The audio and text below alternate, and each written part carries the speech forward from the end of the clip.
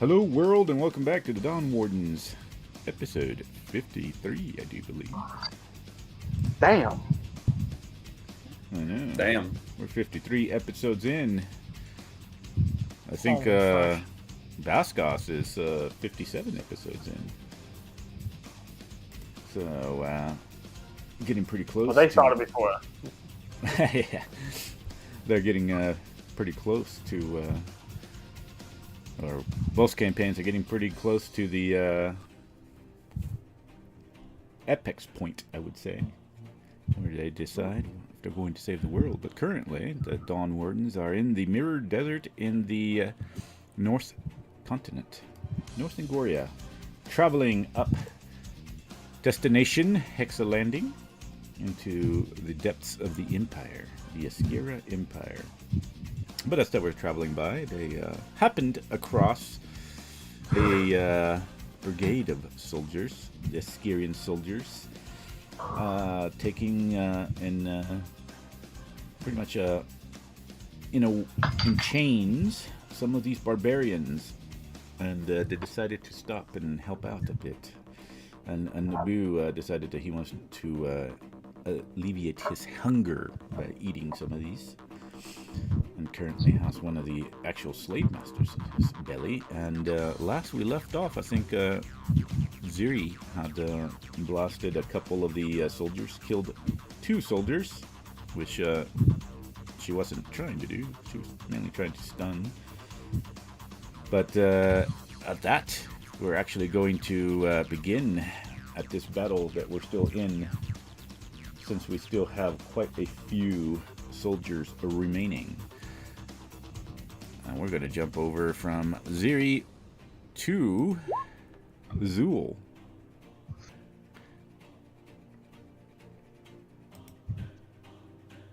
If Zool's here. They got him. Oh god, he's dead. Uh-oh. Zool may not be here. Alright, give me a second. I got you. Okay. Gotta pull his shit up. I thought he was here. He's probably doing something.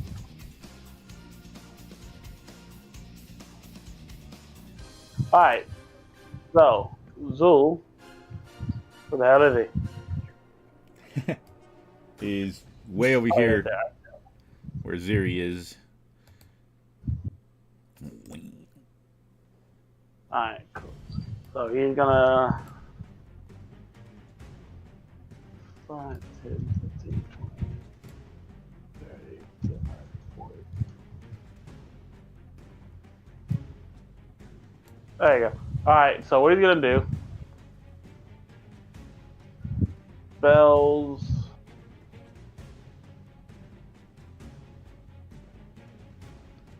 He's going to fly into his reverse gravity field. Oh yeah, I forgot what that area was. So he's just gonna say, probably go over here so he can get a better angle on them.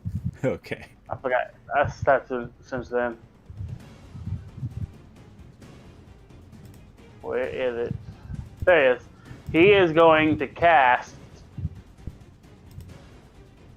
Fireball.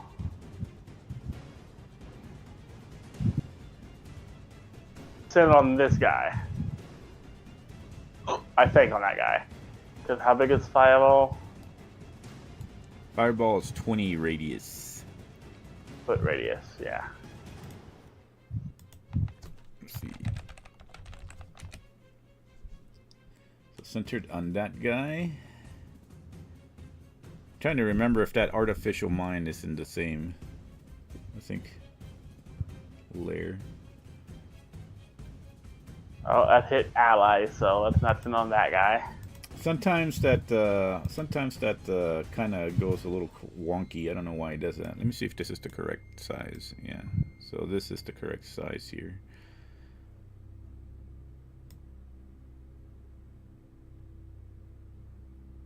Alright, so I want to hit all that except for his artificial mind.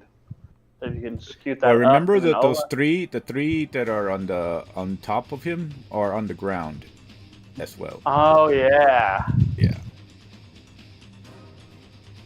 Because that guy went crazy and did his anti-magic thingamajigger. So Then you if he's unaffected by magic, then he'll hit the ones that are floating in the air. all right, so you're gonna do it right there. So that'll affect 1, 2, 3, 4. These 5 right here. Yeah. All right. Perfectamundo. All right. Has to make a deck save at 22. 22. Damn. What the heck? What's up with Zool? Getting godly out there.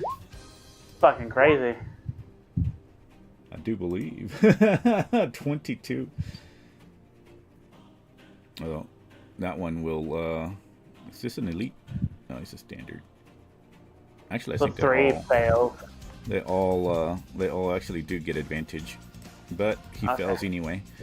And he's gonna cast this at 4th level.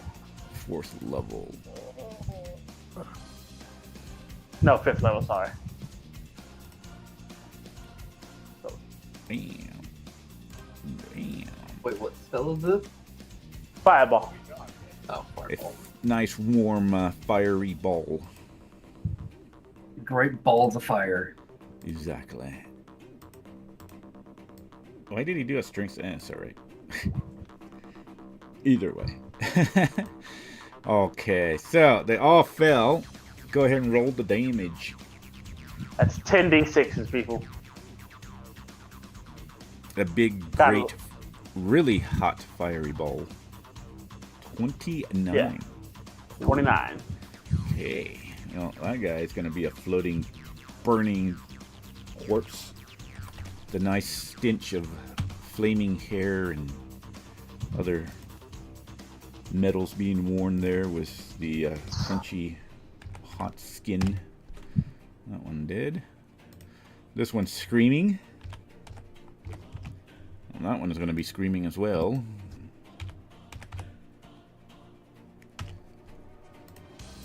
And then, boom. Then he's going to. Wait, which one's all on the ground? The 3, these 3 in the group right here are on the ground. Okay.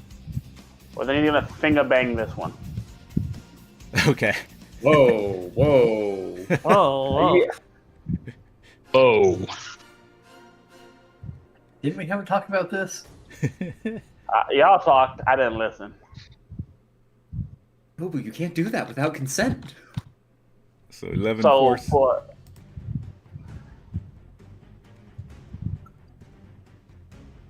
Oh, welcome back, Bucky. Just finish your turn. And yeah, 11 force. All right. So 22 to hit with 11 force. The guy on fire screams a little bit more. That must really hurt when you got hot metal around you for a little bit.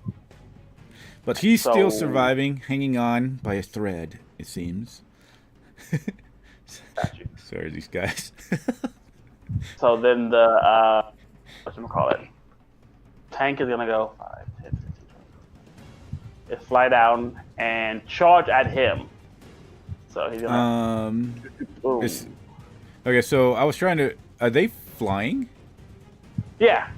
Okay. Zul had them fly, and then one other. Okay. Didn't remember. It was. I think it was. Reaper's character. Oh, okay. Cool. Yeah, I think I'm flying. And he's charging at who? This one. Okay, so if he's flying, that guy's on the ground. How far up is tank? They wasn't that high. They have a fly of 60 feet. They didn't go as high as from what I remember. I don't fucking know. I slept since then. All right.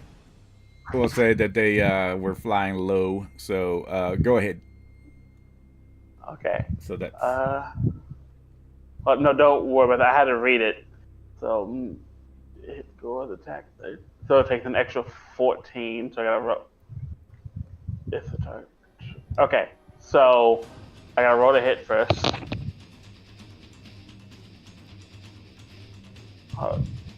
Cool attack.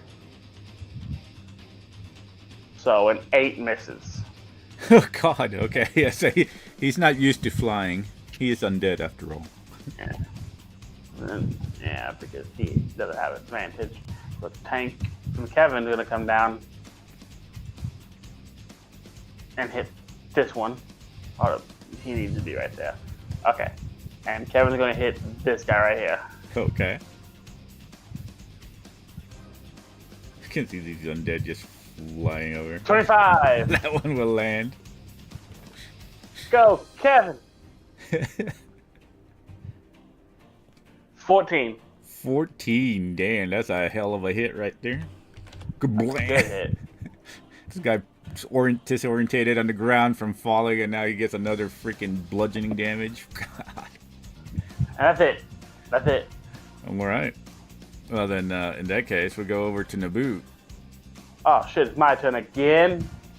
Okay, Jeez. I'm gonna hit that one. Okay.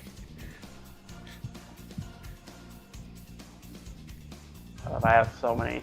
God, so many people together. I have so many tabs open, and none of them are Nobu's. Oh my God. You're failing. You're failing. I'm failing so bad. I had Illis's tab up in case she needed it, and then I had Zul's because he was gone. Hey, get off my tab, lady.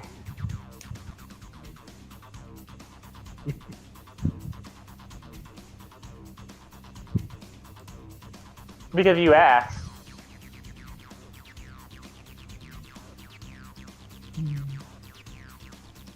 Alright, so I'm gonna hit that one. Alright. 37. Yeah. That one misses. Sorry. No, you just What? No, What the fuck? No, you can't. Hold up. No. You see the wide eyes of this guy as you slam down your sass there. Probably smell the faint stench of something else too. Oh yeah. 27. Give me a second.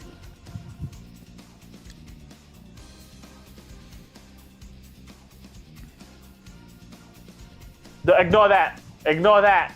Ignore that one. God. So 33 points of damage. All right. 33. Bam.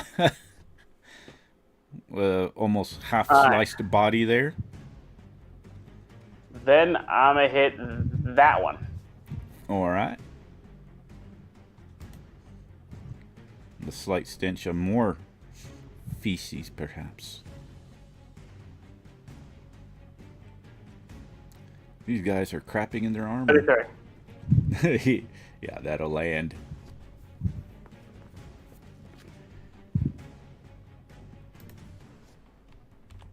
What, for 22? 20. No. 30? 2. Yeah, you don't need too much 39, for this 40. guy. 40.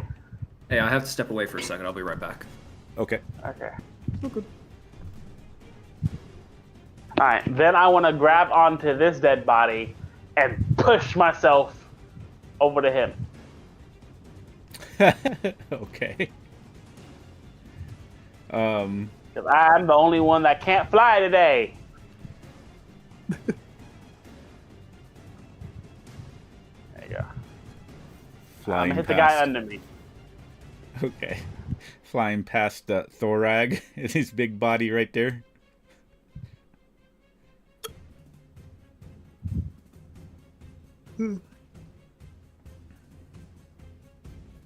Oh, yeah.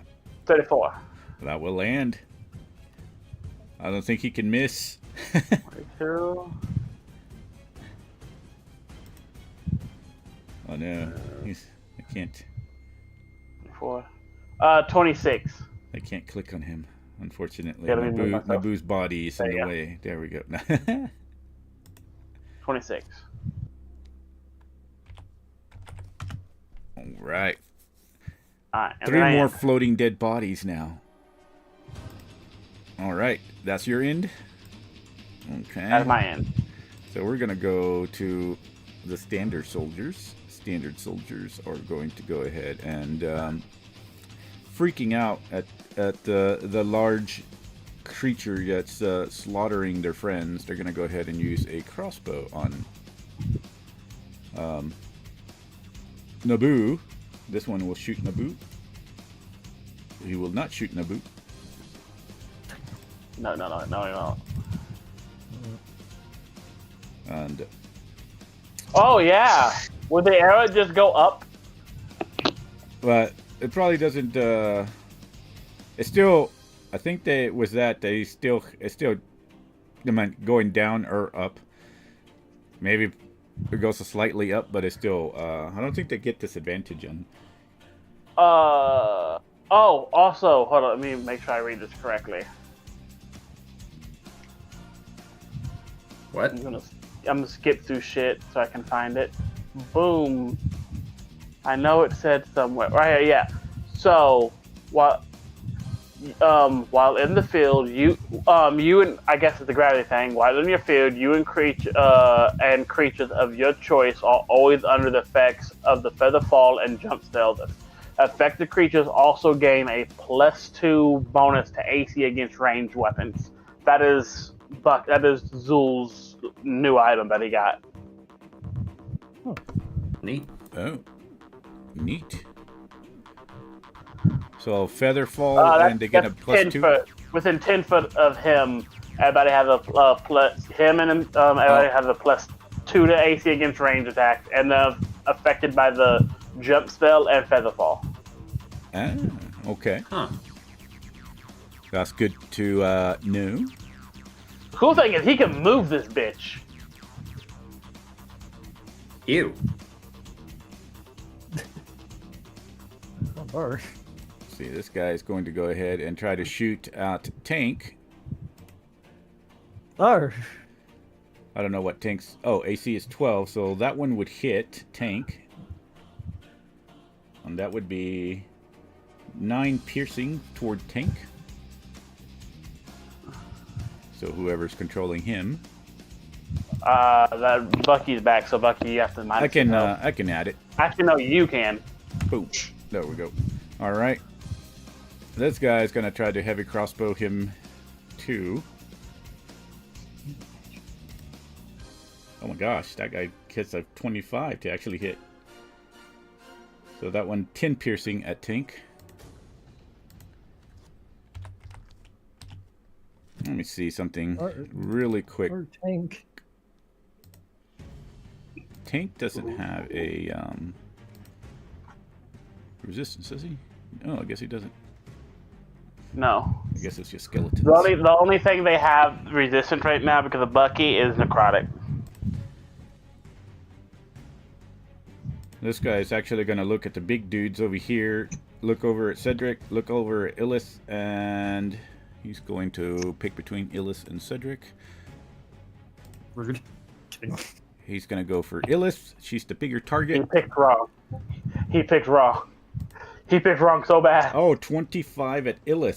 But I don't know. Illis has wait. a high AC. Hold so. on. One second. It's a miss. Okay. Never mind. Yeah. That's Illis has best. pretty high AC now. So. Oh. she, forgot. ever since she almost got Holy slaughtered in the Jesus. city. So What's her AC again? 28. Oh shit! I forgot to do the shopping. Oh damn it! Jesus. So the arrow or the bolt just flies through, clinks off the armor, and then kind of flies up in the air, and then just starts circling around since this keeps up and down into the reverse gravity. And then I think this guy over here is going to go ahead and start moving. Well, he can't move. He got a big old tank in front of him, so he's going to try to attack with his short sword. Short sword again. Oh, that time it does hit. So hits Wow. Tank for 7 piercing and 5 poison. Wish that for sure. Yeah, isn't it was gonna- strangely he's not. No, I don't think. I don't know. I don't think. I think Skeleton Minotaurs could. Oh no, it was, I don't know. You have to look it up. I don't know if they're immune to poison or Undead? not. I think all undead are immune. Let me see. Yeah, he's immune to poison. Okay. Yeah. Okay, and then it should be. Oh, we got one standard soldier over here by you. So this standard guy over here, he's gonna go ahead and shoot at Naboo. Is the closest one, so he's gonna go ahead and do a heavy crossbow at Naboo for 17. Okay. You're And then- funny. Let me see. This guy's gonna shoot at Thorag because he's like, what the fuck? You're And very funny. he's going to. Wait a minute. Does he? Yeah, there he does. 17 to hit Thorag. No. Another bolt No. clinks off of Thorag, I guess. All right, and then this final guy over here, he's like, what the hell's going on? He's going to try to. He actually is going to kick this barbarian here and push himself 10, 15 this way. Boom. Looks over at Zool and Ziri and 1, 2. He's gonna do Ziri, shoots at Ziri. Wait. And misses Ziri. Damn. So that's nonsense. Ziri yelps as a bolt flies toward her and then eventually falls off in the distance somewhere. We're going to go over to the elite ones now. And this one over here by Naboo, he's going to go ahead and... What does he want to do? Seeing a large creature just eat some friends. He's going to roll... I need another stomach. Ellis, build me another stomach. Oh yeah, that reminds me. Speaking of stomach, this guy, how much does he take at the beginning Oh of his shit! turn? Yeah, it was at my turn. Oh. No, the beginning at my turn. I forgot. What do you mean, nay? I need another stomach.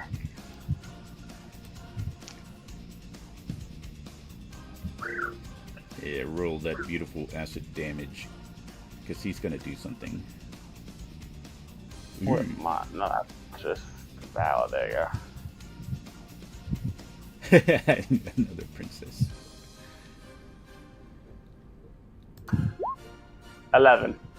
11. All right. So 11 from the guy in your stomach, or he takes 11. There we go. So because he's still in your stomach, let me see if we can do this. And that is, he can't do very much, but he can turn that on. And that's 10 radius. So 10 radius from your stomach would probably be in here. Ah, what the hell? What? Why can't he? Alright, I need a circle. That's not doing it from there. Dang it. Okay, so if that was 10 radius, do I have a 10 radius circle?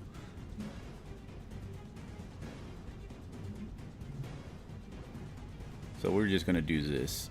I can't get the circle to do it correctly. What the hell? Oh, I see what's going on. So that guy, so anti-magic explodes from your stomach. So anything magical is killed. And then it goes, affects that guy, Oh no. affects that guy. Does it affect, that's weird. It barely affects that guy, so probably that guy's alright. Oh shit! I'm about to fall. Oh. I go. What was that? I just fucking fall. Thorag is barely safe. Dead body's gonna fall. Oh, I'm safe. Oh, thank God. That dead body's gonna have. So Naboo and these two guys will fall and plummet to the ground, taking. Yeah, the cartoony fall. I'm gonna start running. Just, nope. So that would I be. imagine Nova pulls out a sign as well.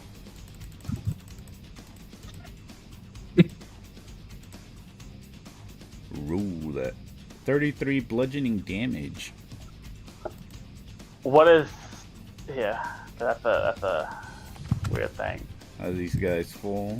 The fuck? I only take. Do we round up on damage or round down? Run down. I only take 15. And these bodies here fall. Fuck. I don't remember how much I have. So you got anti-magic. So anything that you have that's magical, just remember it's all dead right now. Yeah.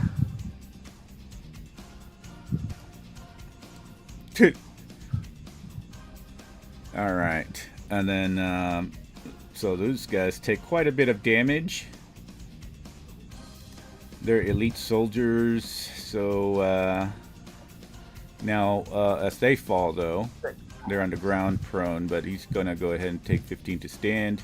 He's gonna use his longsword to try to attack at Naboo, and maybe he got 15 left. 6 times. What? Okay. So Naboo will take. Oh, that's a critical hit on Naboo with his longsword. Ow. Damn. So that's 14 slashing. He's gonna try again. Okay. Does a 21 hit?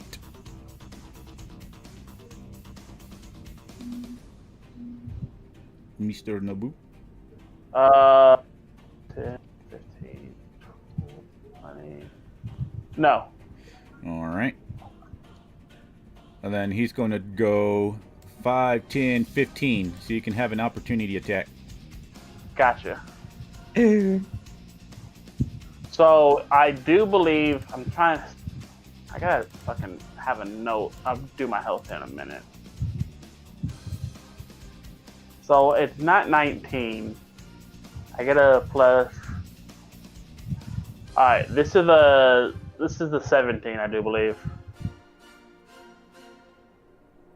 Oh no, shit. Because that belt. No, this is a 14. So let me see. Just we'll do it like this. So plus 14 to hit. So it's 24. To hit, then that will hit. Yeah, let me just take off the damn belt to make it better. I'll just take off the belt for a second. It's a 15, not a 14, but it's whatever. So do what now? It's talking to myself.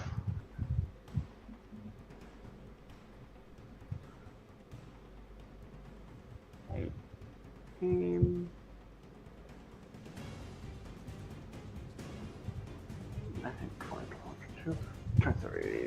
24. 24 damage? Yeah. Okay, cool. Alright. And then this guy over here will also try to attack at Naboo. And actually this guy can use his bonus, right? Is that a bonus? Before he runs into the reverse gravity. Yeah, it's a bonus. So he's gonna have his belt on as well now for anti. What was the other attack? What was the other attack I got hit by? 21. That how much damage it took? No. That was just 21 to hit. What was the damage? Sorry. Oh, the damage for the 21 was... It would have been 9 slashing. Okay. So, 3. Are you talking about the critical hit one? Yeah. Oh, no, that was 14. Oh, okay. Yeah, that was 14 damage. So if you're resistant to it, it would have been 7. Thank you. All right. So this guy over here uses his bonus action now that he's on the ground to turn on his anti-magic belt. And then he's going to try to attack as well. 1, 2. Both miss. And then he's going to move 5, 10, 15, all the way over here for now. Actually, he got his belt on, so he's going to actually move 5, 10, 15, 20 over here by this guy.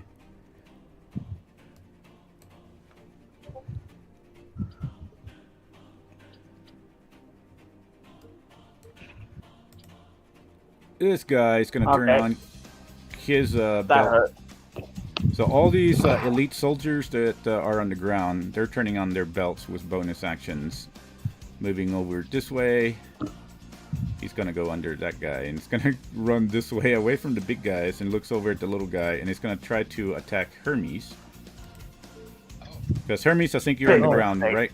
Still by the... No. No, you're up on the... I'm up in the sky. Okay, never mind then. He's going to go to this guy 'Cause here. After I had grabbed her, I had kicked off in and flew up while I was administering that potion. Ah, nice. 26 to hit tank. And another That hit. 13 to hit tank. That also hits. So that one takes 11 slashing. And then another 11 slashing again for tank. Tank looking pretty... Tank, no! He's looking brittle. Yeah. What a picture. He's been with us for so long. And then elite...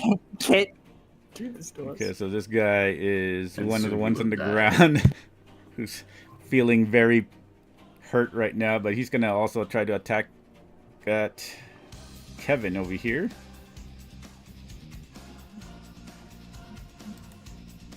Ooh, he gets a crit on Kevin. So that's 4. 8 slashing on Kevin. Kevin is a big boy though. Holy Jesus. Okay. That guy is like, dang, these guys are wailing on the undead right now.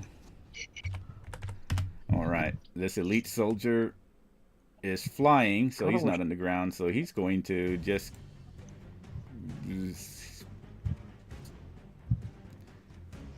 he's going to try to 1, 2, so between Hermes and the barbarian. So is he going to shoot at a barbarian or at Hermes? Let's see. He's going to shoot at Hermes. So this elite soldier flying above Kevin is going to shoot at Hermes. Kevin's going to use his 9th level reaction to cast Meteor Swarm. I'm going to use the flight missiles. Well, he gets a 16 to hit, so I don't know if that hits or not. Let's see, you can use your reaction to deflect or catch up the missile. When you are hit by a ranged weapon attack, when you do so, take the damage. I mean, it's not going to hit if it's a 16 hit. Yeah. Okay.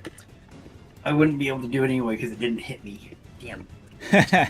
You're trying I don't have to throw shit back. to. No. You're trying to throw stuff. Hit back your at shots. Damn it. The one time I actually want to get shot. Shoot me, damn it! All right. Well, I don't know if you heard me. I don't know if you heard me, William. I said Kevin's going to use his reaction and cast his 9th level, his 12th level yeah. Meteor Swarm. Yeah. Horrible. That'd be Erin scary. with a 12th level man. 12th spell cast. I'd like to cast Iconoclasm. I kill God. It would be God. Cedric followed by Illith. Cedric, we're gonna have an interlude, so we're gonna jump to Aaron really quick. You're fine. You're fine. I get to play more anyways. Thank God. So, Aaron, we're gonna say that you were off further away from the group. Didn't quite hear probably any of the stuff that was going on. But you actually walking around the wagon, you would have realized that for some reason you don't see anyone. Everybody's gone. Even Ziri is gone. The talkative tiefling that's always very enthusiastically asking questions and talking to everyone.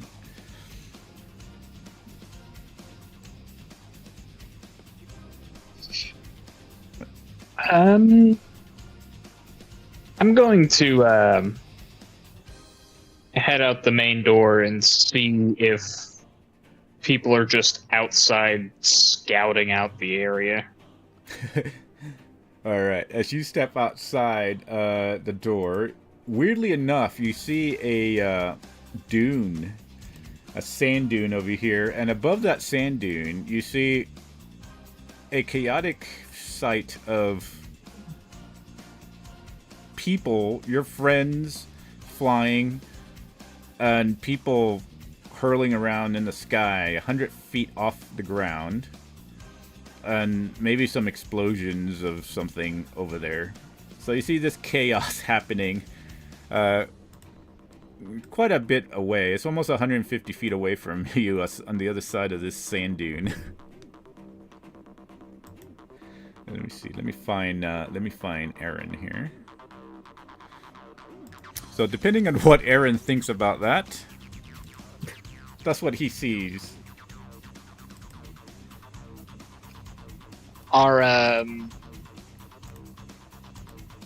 the coachmen still on the driver's seat?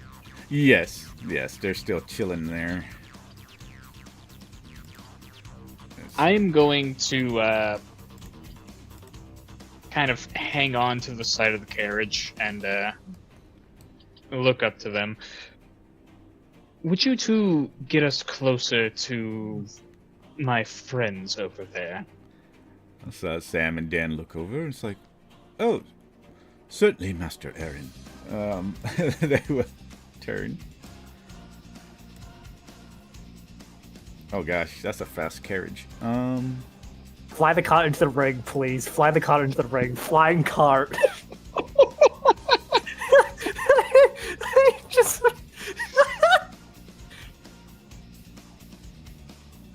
They could dash, actually. Depends on how you tell them. If you tell them calmly, they're just gonna go the normal distance. Yeah, I'm gonna be real calm about it. Okay. God damn it, fine. Ugh. So Did they you put your name in the goblet of fire? He said calmly. and as they get off and veer off the path there, you actually notice that the ground actually makes a path through the dirt for them, through the sand. It's some sort of magical ability, seems, of the wagon, and pushes any terrain that would slow the wagon down. It just opens it up and solidifies it, or just moves it out of the way. And they go up to about here, and you can see now that there's definitely a battle happening. Probably some dead bodies floating around, some dead carcasses. You see bolts flying around, some very armored soldiers battling with people. You see some extremely all of them nude barbarian in the center flying, maybe one over by Hermes, and Ziri is over here just kind of flying around with Zul. And at that point, if you want to click on your token and then roll me an initiative. So click on your token first and then roll initiative. Clicked on the token. Rolling initiative. Oh, Aaron is first before Cedric. Okay, cool. Damn, thank you. Get to play it even more. What luck! All right, Mr. Aaron. So, you arrive here at this chaotic scene, and it is your go. What do you do?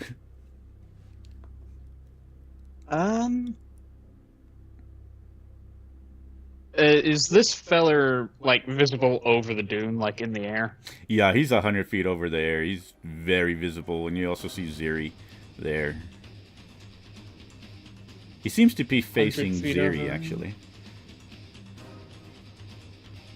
Alrighty. I'm going to get you, little. I tiefling. will risk this at the disadvantage for the long range. I'm going to try and fire at this guy with my hand crossbow. Oh, nice.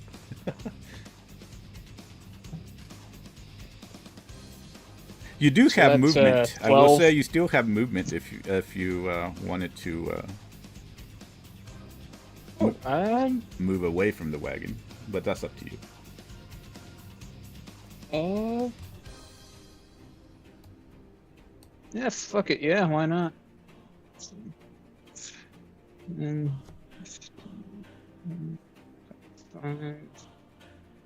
See. 5.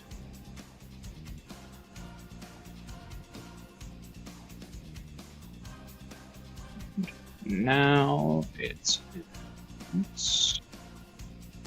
45. That's still out of range for normal. Yeah, and he's still 100 feet up in the air too, so it's all right. It's all good. Yeah. Oh, I rolled a 12 with the disadvantage to hit. Gosh. So the arrow just kind of flies by, reaches the very top of this, well, it kind of just reaches him, and then it starts just going up, falling back down, and then it just starts turning in circles, or flipping around as it's stuck between the reverse gravity and the normal gravity up in the air. Alright, and that will be my turn. All right. Then, Cedric, your turn now, followed by Illith. Oh, yippee! Hey, Illith, I'm gonna just pull my spiritual weapon behind this boyer. I'm gonna have my spiritual weapon flank for you. And Unfortunately, I don't think it gets you flank. Does it really not? Spiritual weapon doesn't? Damn. Would be funny though. DM? I'll still just. Let me see here.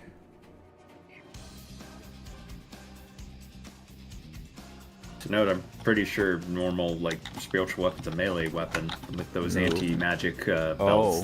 It's gonna be very Oh, lackluster. It does not grant benefit from flanking. It does not grant benefits. Okay, good. You can just still, I'm just setting it one just next to Illith because what I'm gonna do. I guess is, it's like a ranged weapon, I guess. It doesn't grant. It is technically just a ranged weapon. So, yeah, I'm gonna set my spiritual weapon just right about here, right next to Illith. Oh, okay. Let me see. And I'll do this. Which I might do it at. You know what? We're looking pretty well done. I'll do 5th level. Actually, I'll do 4th level. It wouldn't, because it's not increasing the thing at all.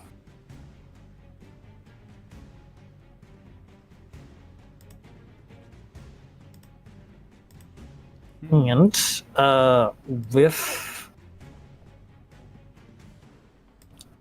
with my movement, I'm going to. You are riding her like you cannot move. True. But You can tell her where to move on her turn.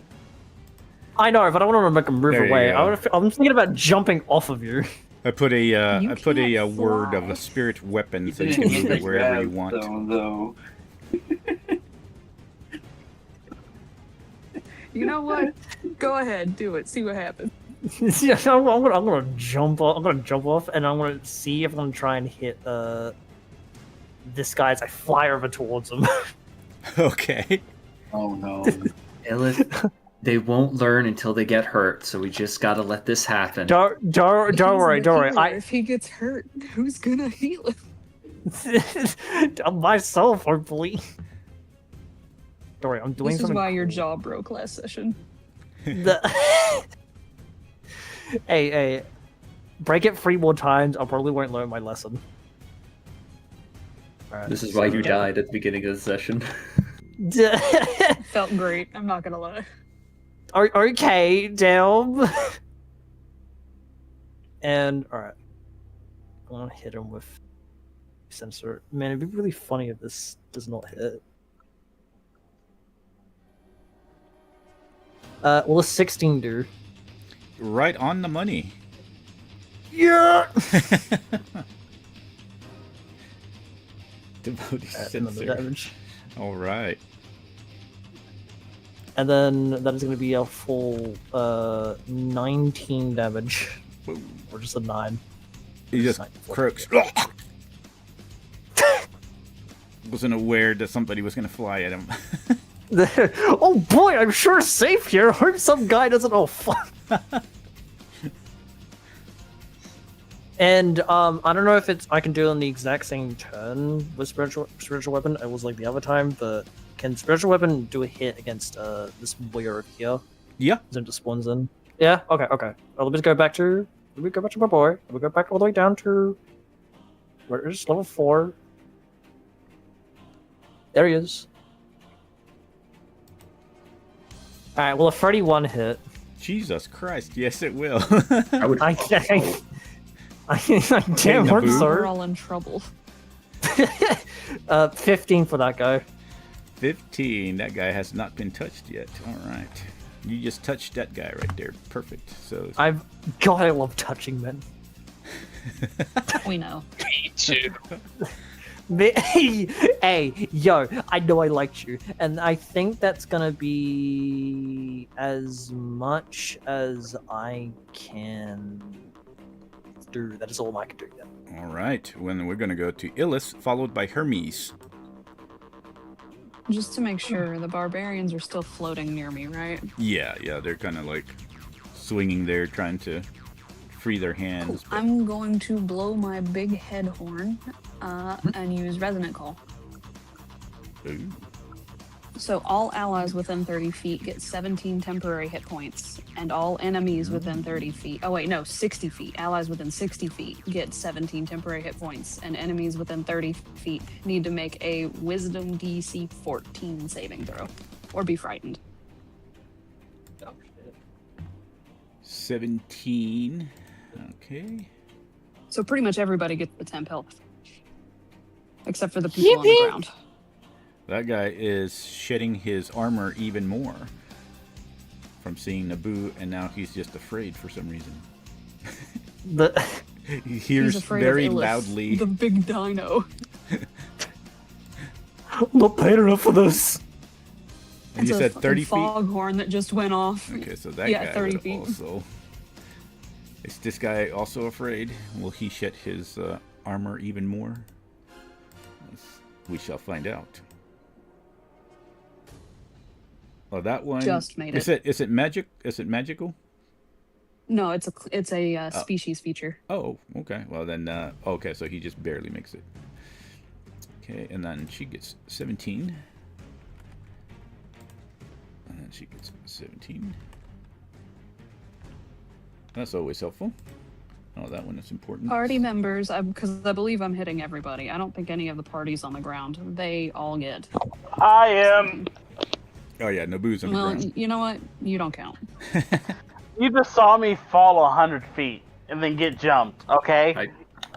I think I'm I am worried hovering about you, roughly off the but ground. you'll I be don't okay. think elevation ever was stated for my character. If you're, I don't know if were you by the barbarians? I think you were helping the barbarians, weren't you? Yeah, I think I was body blocking, so I should be.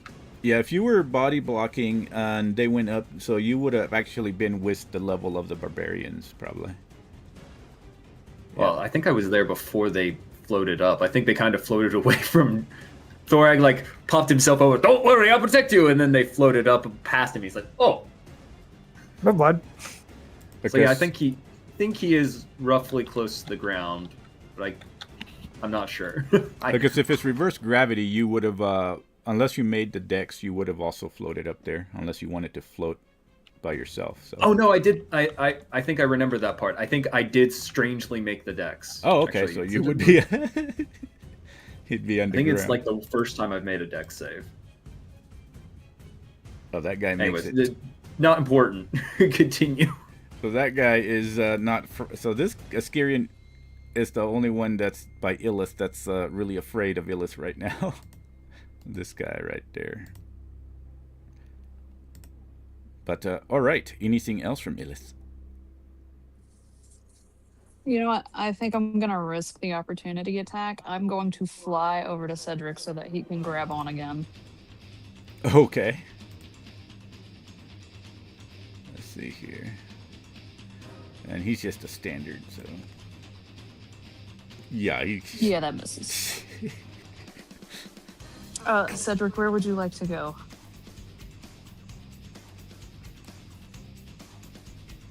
Bastard. Good talk. Good talk. Tank and everybody's up at our level, right? Tank. No, they're on the ground too. Yeah, I think they floated to the ground. Yeah, flew to the ground. Okay, I guess we'll move. I'll grab Cedric and then come back to the guy that missed me, so that we can kind of clear off the enemies around the barbarians. Actually, can you? No, that would put me flanking. Yeah, we'll just come back here. Okay. I'm getting yoinked away, okay? Like, You killed him. Do you want to stay over there floating endlessly? No. Then shut up. And that's my turn. Actually, yeah, no, because I need to maintain concentration. I can't cast Sanctuary. So that's it. All right. Hermes followed by Thorag. So Hermes, you got a barbarian. I guess you're holding on What do to you this need to barbarian. concentrate on, Renwood? So the two that's like right to my right, they're pretty much in the same spot, correct? They're on the ground. Yeah. So. Oh, they're on the ground? Yeah, they have their anti-magic belts all on right now. Oh, okay. Yeah. That's why they're so fucked up. Yeah. Because the slave master inside of Naboo turned on his. Okay. I want to. No. This guy that's right next to the right of Kevin. Is he in the sky or is he down below as well? This guy right here. No, down below, before I am. Let me see. Directly to the right of Kevin. Yep. That guy? Yeah, that guy's Yep. in the air. Okay. I will. You know what? We're gonna beat him. I'm going to use my Draconic Breath. Where's the you come?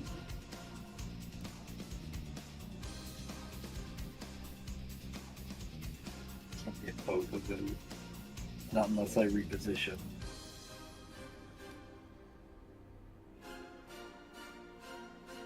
Actually.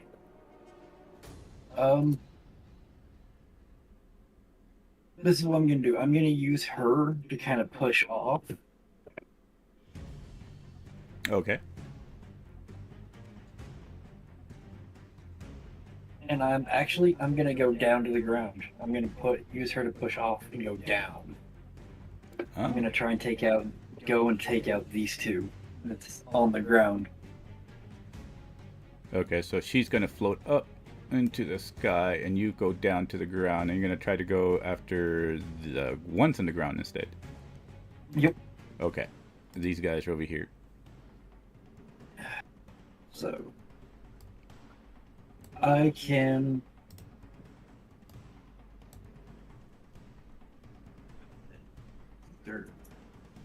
Okay. So how far? I want to pretty much be at least 30 feet away, and I'm gonna use the max range to, zap them with. What was the element? I think it's acid. Okay, so That's poison damage. because you're not No you, disaster. because you can't fly, right? So that means you're at the full effect of reverse gravity, 100 feet. Yes, but I wasn't at max height. Okay. So let's say, and you're trying to push off of her, and you're trying to get within 30 feet. At least. I'd say that you can. You don't have to push too hard, and I say you can get within 30 feet. We'll just say that way. Keep it simple. Okay. So I'm gonna use my dragon's breath to shoot a beam of acid at these two. Ooh, all right. Which is they have to make a DC 16. DC 16. Dexterity. Dexterity, all right. Boom. One makes a 17. The other one don't mind that. The other one makes a 20. Okay, so they're only gonna take half of this. All right.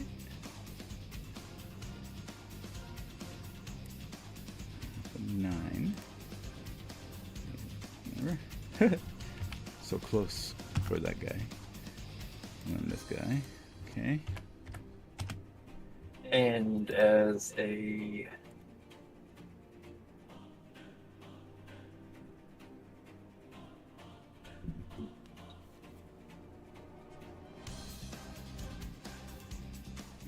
as a bonus, I'll just take patient defense Okay.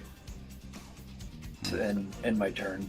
Okay. So you float down, feel the reverse gravity lingering on you again, trying to pull you back up, and we're gonna go through Thorag.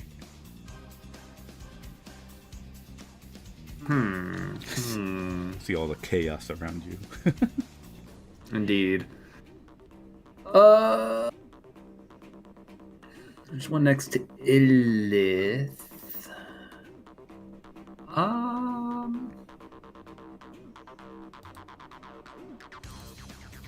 I could do Guardian Spirits.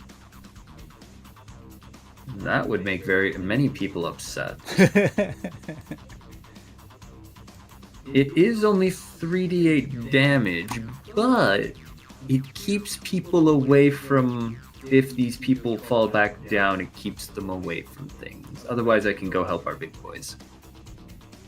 Does it look like Hermes? Does it look like you are, like, panicking with the people around you, or... No. No. Okay. I'm kind of getting the vibe no one's really in danger. Yeah, it seems like these soldiers are more the ones that are panicking. Yeah, okay, I will fly up or down to it. I should have enough room to like fly roughly over here, and I'm gonna do a bonk bonk bonk. I think I have enough reach with my increased size. If not, I can just fly right here. Okay. I'll just fly right there. Yeah. Okay. And I cast bonk. Now let me make sure it shows up in the right thing. Bonk. I cast bunk. Oh, 22. yeah, that would land. You bonk really hard. Okay, I do it again. I hit again for 23, and I do it one last time. Oh my goodness. 20. And this guy, well, everything hits. Okay. Bonk, bonk. Might be doing my character wrong. No, I think I have 3. No. Yeah, no, I have 3. I might have 4 attacks. Oh yeah, because you follow I follow the god. the god of. Well, he's not the god of. I know I at least have 3, so we'll stick with 3. Yeah, let's see. Well, I know I at least have 3 before nonsense, so I will... No, not plus 16, plus d6. That would be very awkward. Alright, where are you getting this extra damage from? It's my god. My god gave it to me. 2, 3. 6. Okay, yeah, so he has 3. I think I already did my fire rune. Yeah, I did my fire rune. Do I want to do funny? By the words of my god, I cast smite upon you? No, I don't need to smite. Smite the moment. thee. I could smite him. Should I smite him? It would be funny. No, I think I'm good. So 10 damage, 15 damage, and the last one takes 15. So 25 on the first one, 15 on the other one, and I am primed to protect Illith, my friend.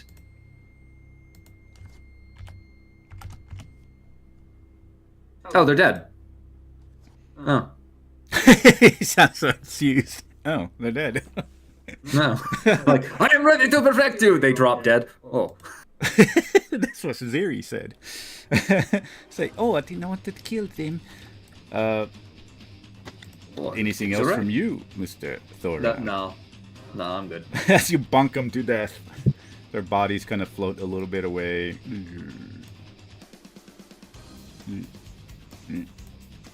From the bunking. All right. With that case, we're going to go over to Ziri.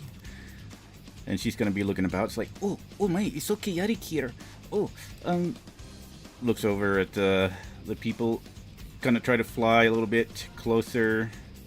It says, you, sir, are very mean. You tried to hit me. And what will she do? She's going to go ahead and...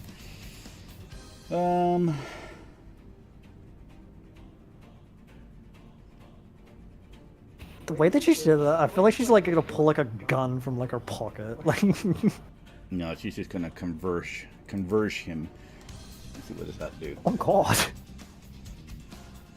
You hear the cocking sound of a gun. That's terrifying. Who gave that tiefling a gun?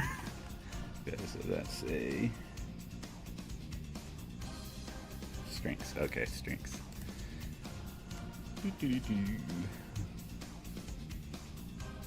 See some yellowish, bluish energy shoot out from her into this guy, and he makes it.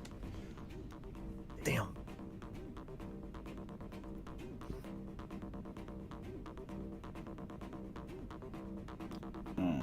Can't do much. But she does still takes the okay, so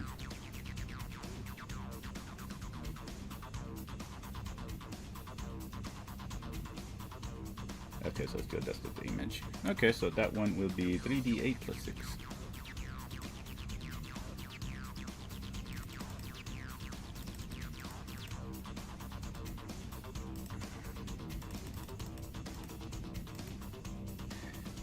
A nice 15. A nice 15 damage. She's... Oh! I think I put him to sleep. I was trying to put him prone. She looks over at Zul, but I think that it will work. And then we'll jump over to Zul.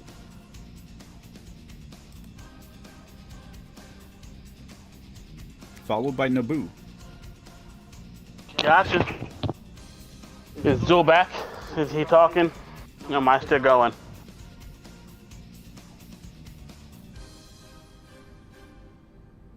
I guess I'm going. Okay. I know Bucky's here. Something must be going on. So, he is going to... 9 minutes ago he said BRB. I didn't even notice that.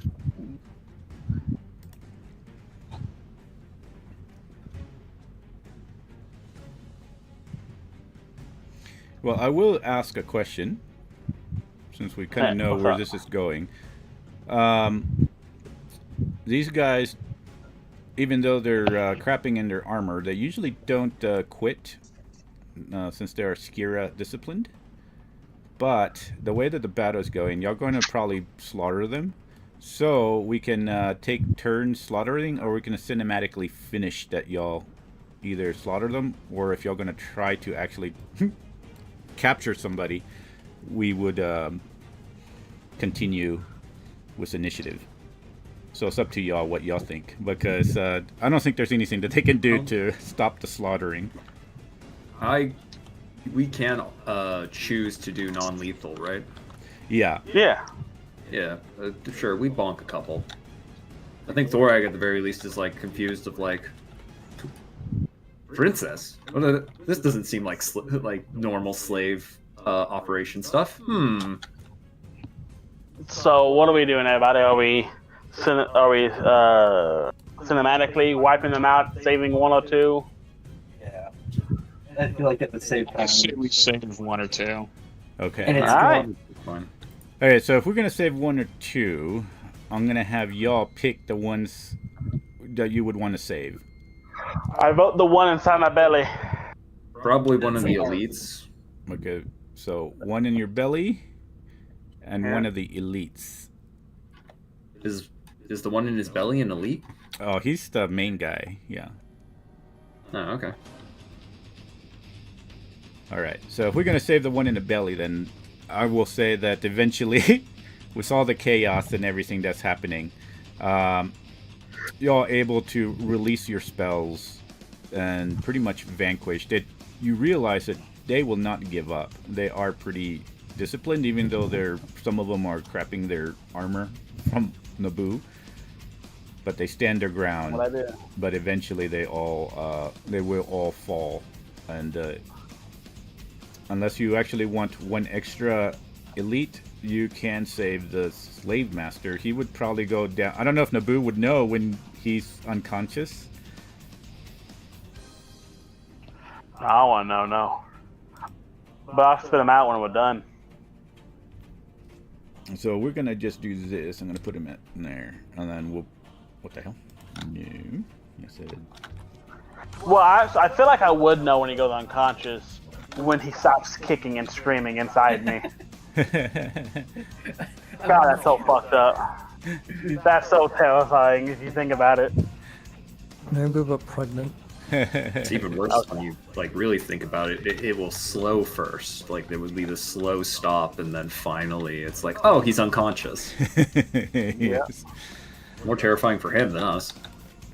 So what I'm gonna do is go ahead and take off this circle.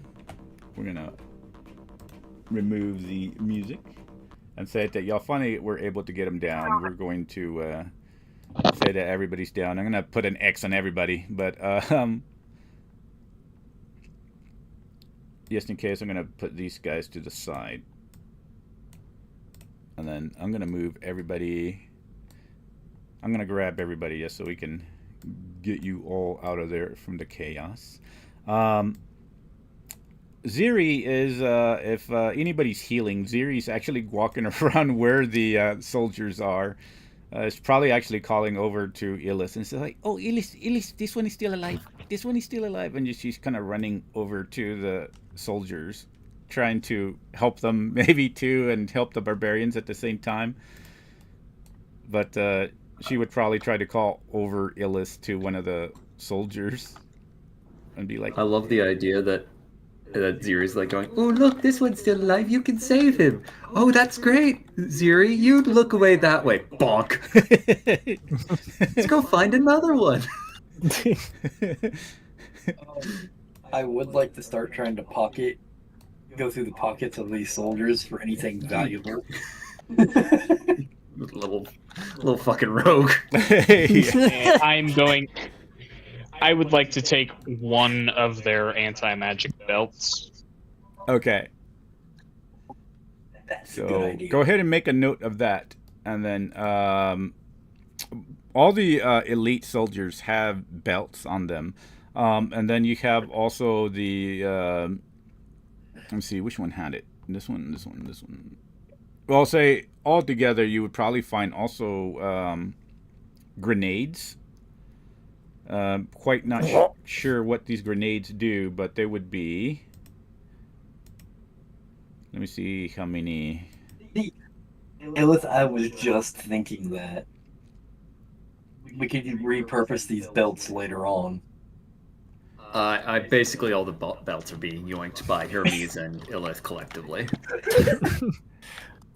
But there's enough belts that you would see all the elite and, of course, the master have belts.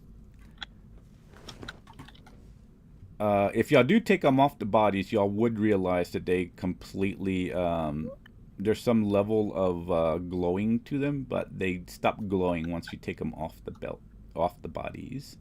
And then there's grenades. There's 1, 2. Okay. There's grenades. So there's 3 different grenades. Y'all can find 3 different grenades, and there's 3 people carrying 3 different grenades of 3 different kinds. So. Oh. I wouldn't mind taking the grenades. So there's 9 grenades, but 3 of one type, 3 of another type, and then 3 of another type that y'all don't know yet what they are. Ah, yes, gunpowder. That's what we needed in this game. Oh God, no gunpowder. Gunpowder, you say? Gunpowder. No. Explosives, you say? Guns. Aside from that, they have of course the heavy crossbows, and they have short swords, and short swords are all carried by the standard soldiers, and then long swords are carried by the elites. And then So my mom called me. Are we taking the belts? Yes. Okay, good. And then as far as damn, okay. So there's an average of about 10 gold for each soldier. Damn. Yeah, they get paid pretty well. Suskira. I was gonna say that's decent pay for. I mean, that's what they're carrying. Average of 10 gold, but I mean, even if that's their life savings, that's decent pay for a merc. This one didn't At get a least chance to 220. do. Okay, so these 5, I would say they didn't get a chance to do that. So 5 supreme healing potions. Mm. They didn't get to take them because they got slaughtered too quickly. They tried. And I think, aside from that, that's everything that Hermes and anybody else that's checking would find. Aside from medals or whatever that they may be carrying, signifying what battles they would been in, or they probably don't know exactly what the medals signify. The slave master that's y'all keeping, I don't know if he's probably unconscious or whatnot. Yeah, he's probably unconscious, and I would have already fucking sticky fingered anything he had valuable and any weapons. Cool. Yeah, so he would be the same, carrying his well, he has this different one. He has a scimitar, and he does have 2 grenades on him, and of course his belt that he has. Is it a magic scimitar?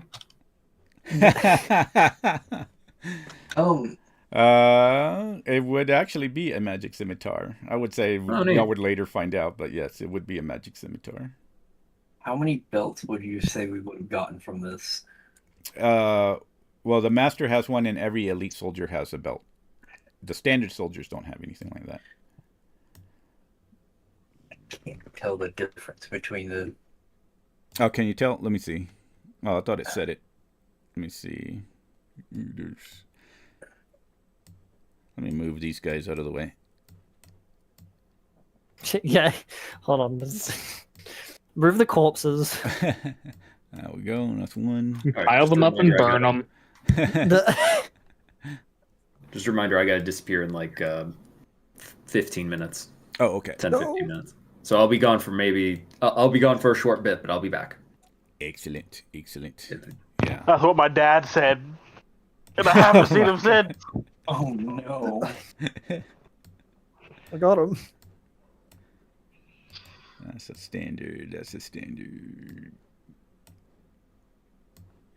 All these regular soldiers. Killing me. And that's a standard, actually. Boom. Okay, so you have 1, 2, 3, 4, 5, 6, 7, 8 8 belts that if you wanted to grab. Anything I say I want, can somebody else hold on to? Because I cannot type in my inventory right now. Yeah, Oh, nine got belts. Sorry. I've got a notepad open and I'm taking notes of what we're grabbing. 9 Hero. belts. That's yeah, Ziri will be completely oblivious as Thorite does that and go as she tries to run to barbarians and also the elite soldiers. She doesn't know what's going on. She's just like, just running around trying to keep people to help. We're not killing them. We're not killing them all. How much money would the slave master have on him? The slave master would have the same amount, 10. Okay. Yeah.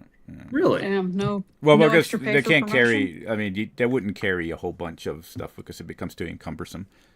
They're from the Skira Empire, Oh, so okay. more than likely they have We their should find their actual camp. actual money in banks and stuff. I bet their camp has some goodies and other people to free. Let's see here. Probably. Probably. Where is set the mood? There we go. Back to normal music. All right. So after scavenging and all that, did y'all just want to keep the slave master, or were y'all keeping 2 alive? I figured the slave master and one of his underlings. We gotta keep one of his underlings alive to torture in front of him so that he gives us our information. All right. Man, you really don't like slavers, Lilith. Okay. That was above table. Still based, but anyways. Face, but. Oh my god. I agree, but oh my god. As all this is happening, I assume that eventually everybody frees the chains off of the barbarians here. Yeah. Yeah. I'm sure of I've- that. Yeah, I'll be over there with Cedric undoing the chains. So Zirius also kind of try to go help, and she looks over at the person that she saw alive. She's like, "Oh, I guess this one didn't make it." Yes. And she just kind of walking about all over the place, and walks over and is like, "Oh no, all the soldiers! Oh, we got 2 alive." He looks over at the slave master and everything, and then as y'all free, you see this one girl walk over, and she's like, "I don't know who you are, but thank you." And looks over at Aaron. I feel like you're the one person to talk to. You got like the looks for this, Aaron. I think you got this. You see the taller black barbarian here, and Alexis, the taller tan person, walk up next to Cedric. Is like, and the I one. feel surrounded. I feel surrounded. Since you were there, the first one there doesn't seem to be releasing them. They're all like, and it's like he says, "Oh, my name is Jabari. Thank you for helping us all." Chieftain. No worries. Honestly, you can probably go faint all the other ones. I feel like they done most of the work, and also you can also thank Nobu. He ate he ate one of the guys that tried to kill you. Oh, But, yes, yeah. the great beast slayer.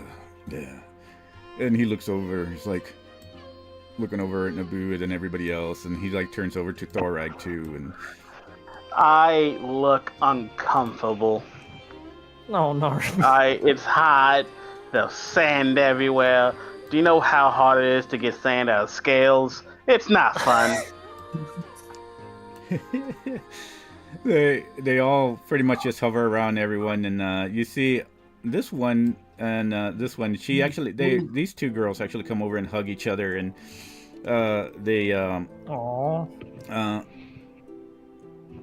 You see this, whoever's moving closer to them and stuff, they pretty much just come over and start to thank everyone, and then Alexios also walks over to Thorag and is like, "Oh, dwarf, I do not see many dwarves in the North Continent.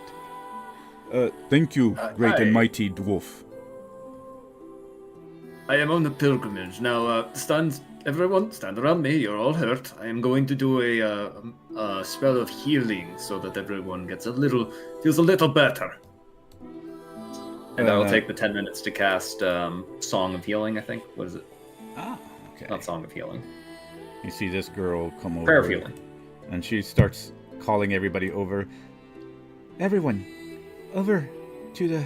I'm sorry, what is your name? Oh, I'm Thorag Grimnir, To cleric our of friend, Thragos. to our friend and followers of Thragos.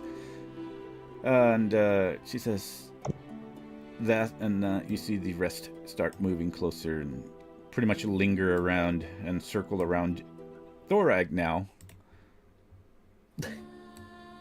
And suddenly the dwarf is silent as he focuses on prayer for the next long while. Anyways, bye. All right. See you in a bit. I imagine like he's grabbing an instrument and then he starts running off like, oh shit! I guess I'll go pick up the. And The spirit puppeteering the dwarf suddenly scampers off into the dunes. and you will see this one walk over to Hermes, and she, I guess she would like actually crouch down, and it's like, thank you. I thought that was the last breath I had. I saw darkness, and then you brought me back from the afterlife. Just doing the work we needed to. Oh, sorry, what? Just doing what we needed to. I'm gonna pump your voice up a little bit more. There we go. And she looks over and says, We were traveling with the rest of what's left over of Anya's clan, and the Askira Empire came upon us, surprised us in the night while we slept. Most of our other companions are gone now, and they kept us alive. They were planning to bring us into the deep of the Empire, make us into the full-fledged slaves that they do to most of our people. I am a daughter of Serenity.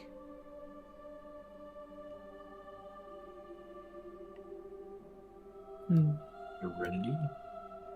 And you see Anya, she just kind of walks over and she says, Yes, she came from the deserts to help us.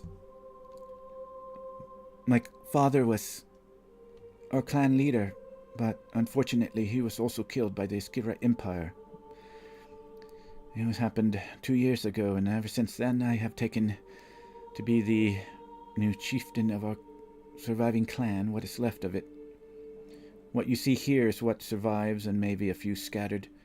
Some have gone to the tribe of the Mother currently. That's where we were heading in order to seek aid before the Askira came upon us. We had no chance to defend ourselves, to grab our weapons. Weapons are gone. We've been traveling for about 4 days now. I think they believed that you were part of some of my connections that I have to Princistria, though I had no way to contact the Queen. Are you travelers? I don't believe you do work with the Queen, do you? She asks. We're just passing by. This says, Well, then we are eternally grateful for you, for your help if you were just passing by, to stop by and help strangers. It's very good souls that you all must have. Some of us, yes. But not all in this party has a kind, bright soul.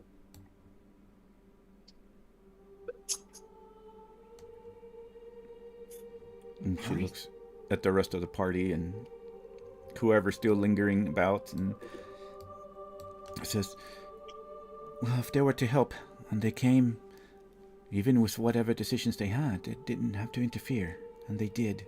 So I will judge them by the actions. And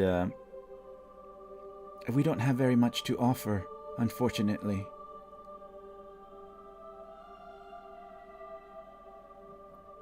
Well, some of the equipment that these fresh fertilizer now had is payment enough.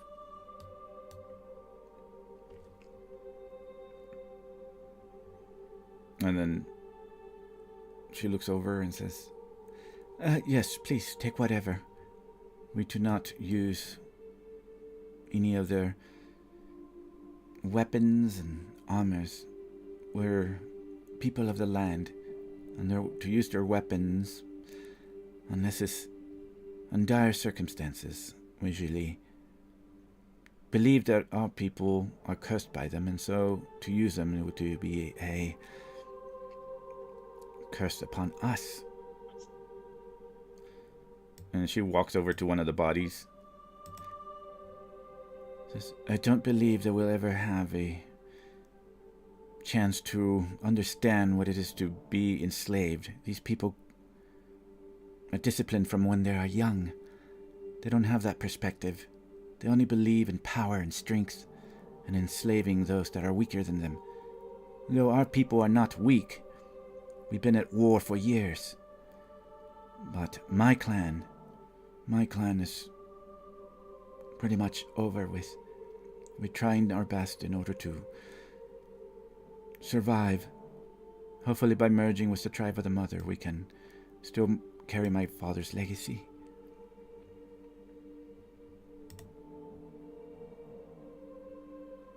I wish you vote. And I do wish that we can, I do hope that we can give you provisions, or at least something, to start your journey. Unless the rest of the group is willing to take you along. Yeah, she'll look over at the rest of the group. I don't know who all is here. How many of the group is here? I guess am. around the barbarians. I see Aaron and Cedric. Saritha's here. She's like writing down notes for sure. Oh, no, wait. I just realized she's standing next to me. Yeah, she's like looking at she's like completely looking at the barbarians right now and then jotting down notes of what she's talking about. And but aside from that, yeah, so if Aaron is there and Cedric is there, Alexios will actually go about also talking to Cedric, and Aaron addresses them both and says, my weapons were taken. I had no way to defend ourselves in the night. These people fight by trickery. They have no honor. Thank you, friends, for helping us. It's all right. Of course.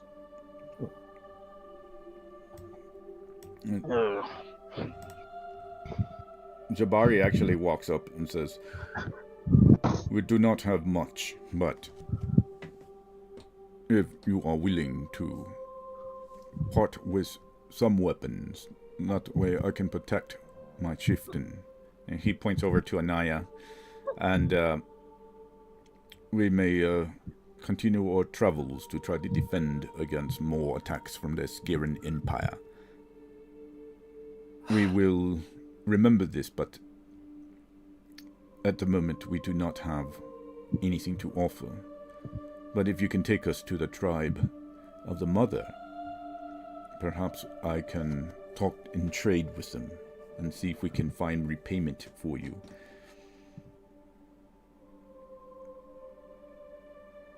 You think that's along the way, Aaron?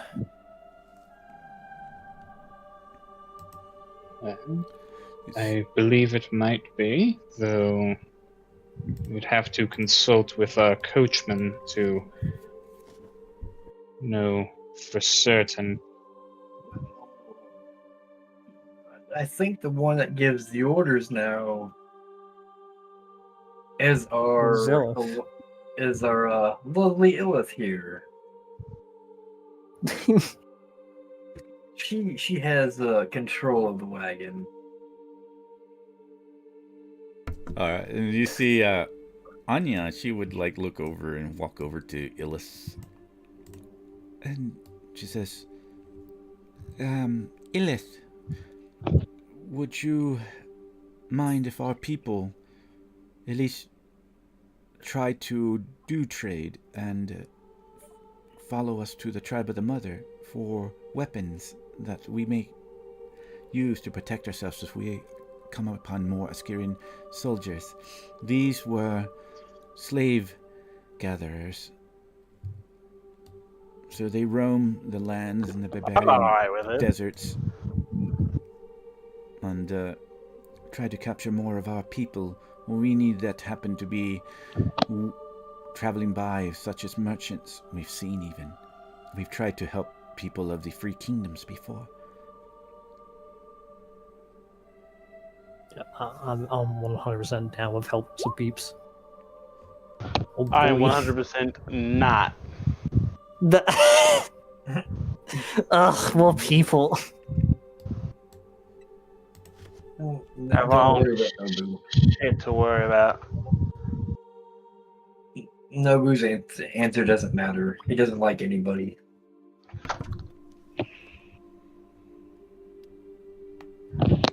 Hmm. But I don't know if Illis can hear or not, but I guess it would be... And she would have asked... Oh, Zul just died. Oh, my God. Oh no! It's quick, someone can't see invisible. Oh, Zul's faded. He didn't drink any water.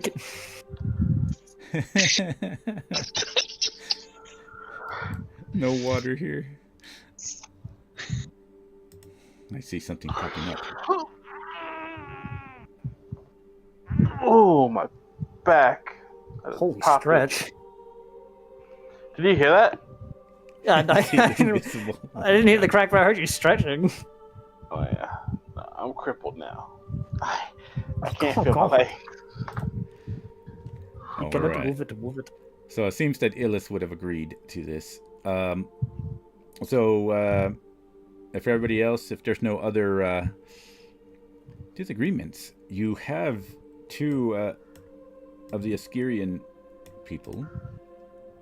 I don't know if y'all are wanting to take them into the wagon or just interrogate him out here. I say make them walk behind and give them to the barbarian clan. Oh, the barbarian clan are just going to...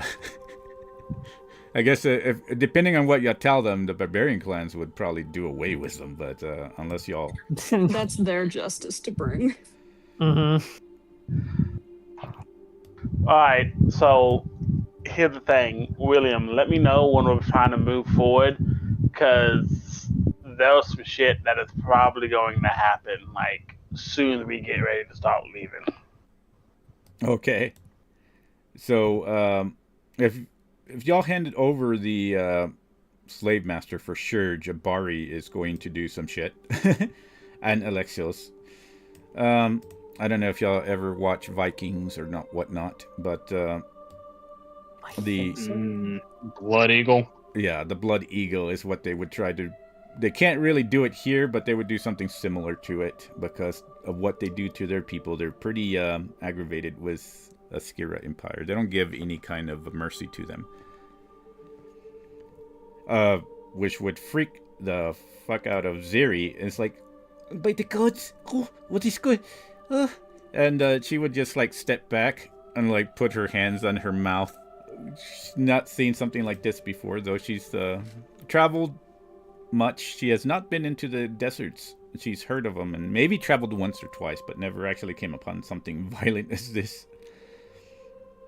And she's going to freak out. Kind of move actually to Illis, since Illis is her main contact. And it's like, Illis, what are they doing? And Oh, yeah, that's terrifying. yeah, they don't. Do it. Yeah, the guy, that slave master would just be pleading for mercy as the pain goes through and stuff. And the barbarians just kind of stand there watching. And Anya would pretty much just look at everyone and says, "This may seem harsh, but you must understand what they have done to our people, what they have done to our children, to our fathers and mothers."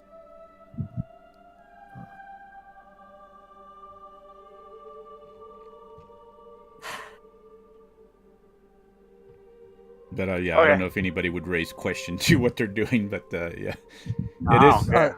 Hell no. Cedric was like, ooh.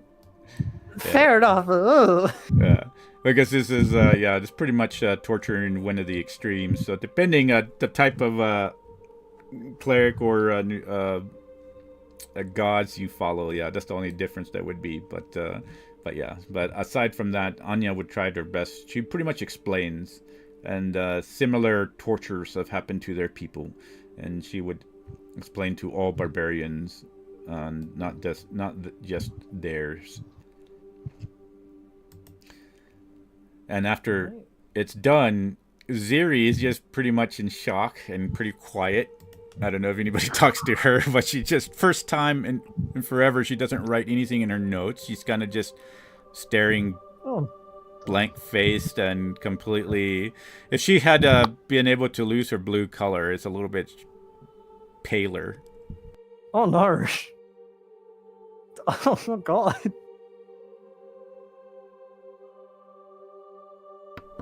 But aside from that, if nothing else is going to happen, then they would just, if y'all lead them into the wagon or anything like that, they would follow, and we can move forward unless anybody has anything they want to do. Yes, there is. It's for Zul. Like I said, it's a work in progress as we move forward in our lives, and we have a lot of bodies here. Like a lot. Yes. And yeah, you see the thing. So Zul leveled up and got some shit. So we know that. So, like I said, DM, this works entirely on if you think there's enough bodies for this creature to make these creatures. And as of right now, since Zul has leveled up, he can now make a giant shark skeleton, flaming skeletons, a greater zombie, and a beholder zombie. Sorry, what? A Those beholder zombie? Those are all roughly the same. Actually, I think they are all the same CR. I kept them the same CR. Those CR5s. You can now make CR5 undeads.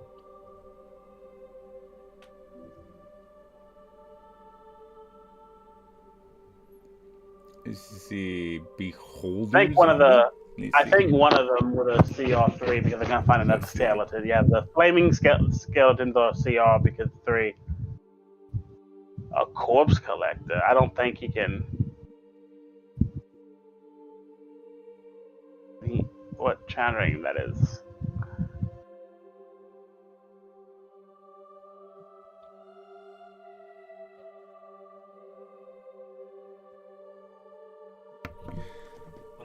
Oh man, those beholders are pretty freaking powerful. And it doesn't say how many bodies it takes to create each. No, it's all based on the DM because I wouldn't know how many bodies you would need to make anything. That would just give me a fucking headache. So I left it to the DMs to do it. Oh, so you decided to leave me with the headache. I see. Yes. Oh my god. DM discretion advised. Oh, it is a construct, isn't it? Yeah, so that won't work. Let me see here.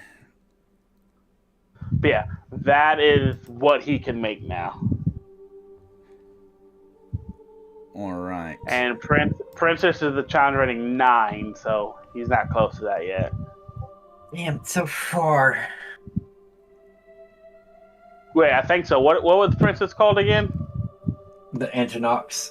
Yeah. I don't even know how to spell that. Yeah, this was a Antonox one. Let's see. Ooh, How do you yeah, spell I'm gonna that? have to work on the mechanics of this. Okay, so let's go ahead. We can continue with the game, and then I'll probably have to actually make math on this to see how this is gonna work. Gotcha. So I don't think. Well, I guess we could run into another encounter, but for right now, I'm gonna have to actually do math on it. So Alright, so we can just say that Zul used all the bodies here to make whatever he needs, and we'll just put whatever he needed when we What the fuck? What do you mean you offer your first? I fucked up. What? But Renva said she offers her firstborn to bring Princess back. Oh my god. But yeah, we'll just say he did the ritual and the spell. So Isaiah, if you could lose the spell level of that, and we'll just say when me and you convenient at another time, we can say this is what you have. Yeah. We'll just say whatever happened here. Yeah, that way I can know. Yeah, because I have to look at that. Beholder zombies are pretty freaking crazy. Let me see.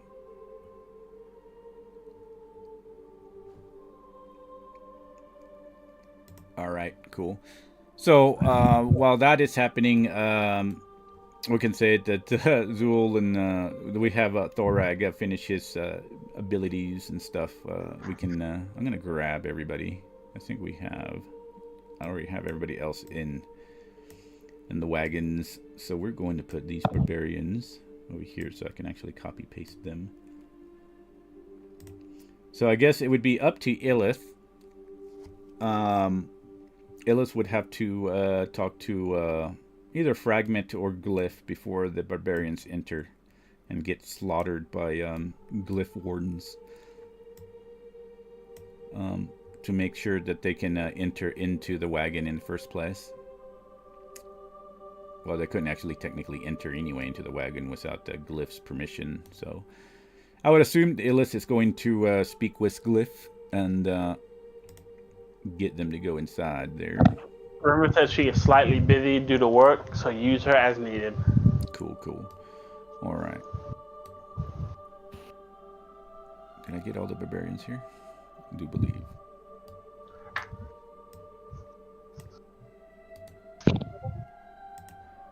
Alright, here's what we're gonna do.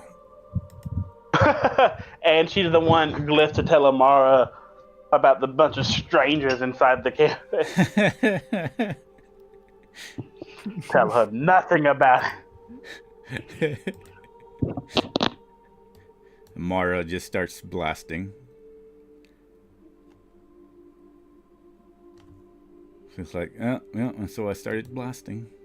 Alright, boom.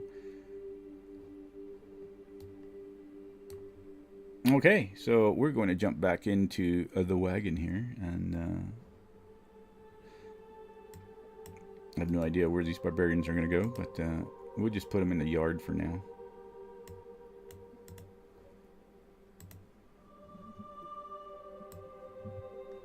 And we're going to move out of the desert.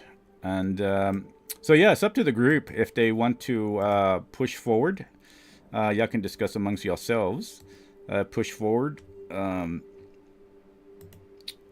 to the tribe of the mother, and we can fast track. And like I said, I did my math wrong. So, but if y'all do travel to either the Ygrithian forest is before the tribe of the mother, but y'all can go to the tribe of the mother or Ygrithian forest, which would set y'all at the 2 months limit before getting to Hexa Landing. I forgot y'all were way further away, but y'all can discuss that depending if y'all want to try to do something else to get there. But Aaron, you said that you have a contact in Hexa Landing, so you've been there. Is that correct? Yes. So there could possibly be some abilities, depending on where y'all go, that could use Aaron and his information to try to get y'all to Hexa Landing as well. So at this point, yeah, I'm going to do a quick 5-minute break. I'll be right back, but y'all can discuss as a group because each one is also going to affect progress clocks. So y'all can decide to go take the barbarians if y'all want to the tribe of the mother, or y'all can go to Hexa Landing. And we'll figure out how we can do that with stuff. But I will be right back in about 5 minutes. Shit. So we do go guy moment and get these barbarians herb. Yeah, we told them we'd give them a lift. Yeah, Might as well. Sure. Yeah. Oh, that's already a discussion. But yeah.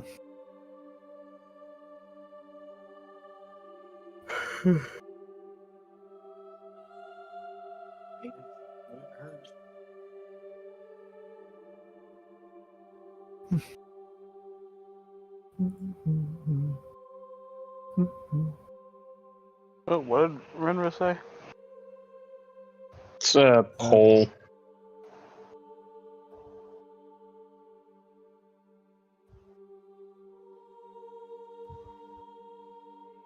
This is not Super Earth. We are not fighting for democracy.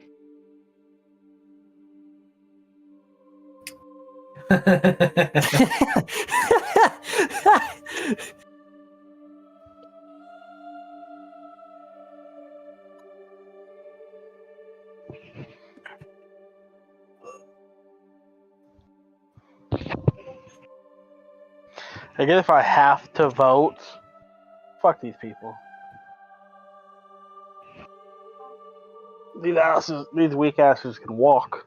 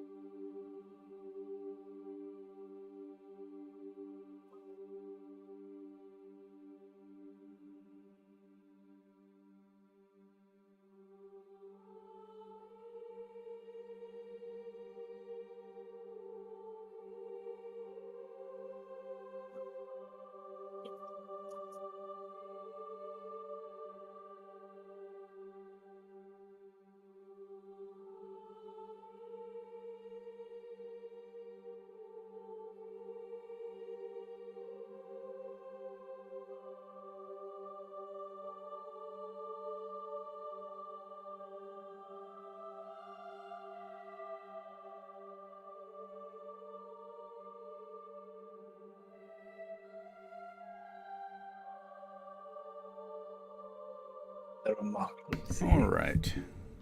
Let's see. I need to see where everybody is. Put everybody in here. Bam. We have them. We have Zool.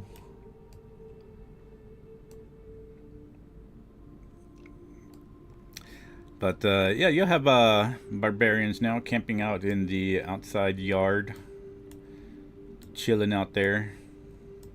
And we're going to say that everybody was able to at least get them back to a healthy number. And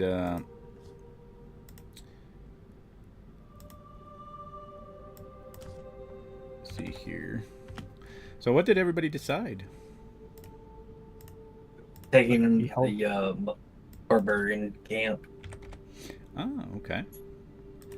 The barbarian camp it is. Let me go ahead and update these guys.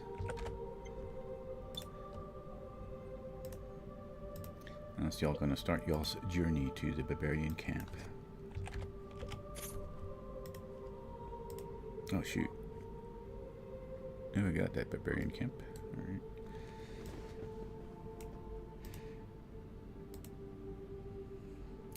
Well, there is a new map I forgot that I'm working on for them since it was destroyed in the last campaign that was there.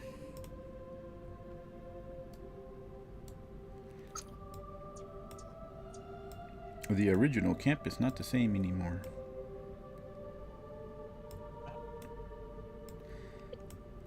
And there was a epic battle that happened with my Friday campaign there, so we're gonna go ahead and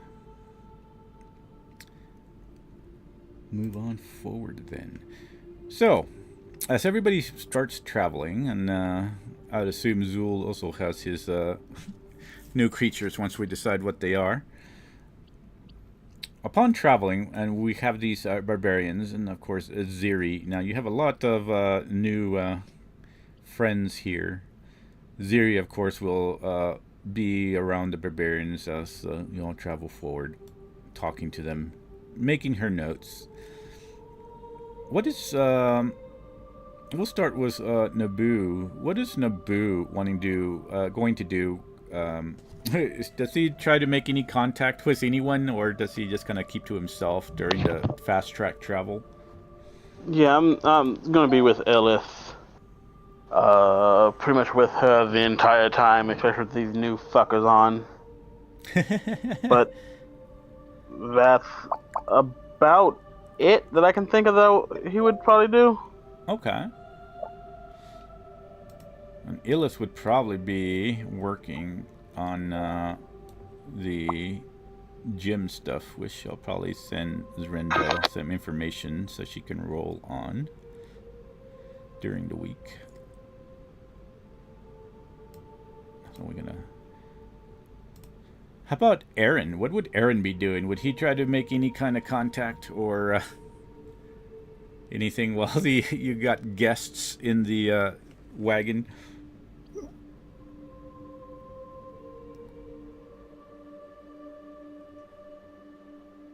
Oh. Come on, Aaron. Don't be rude. You can build the harem. It's fine. No denying it. We I'm all know. probably busy with work or something right now, so Yeah. just skip over there and come back to him. All right. How about Cedric? What is Cedric doing? Do you think he'd be doing? I don't know if it's... You probably help out with the toll with Aaron. Probably like show the barbarians around. Okay, awesome.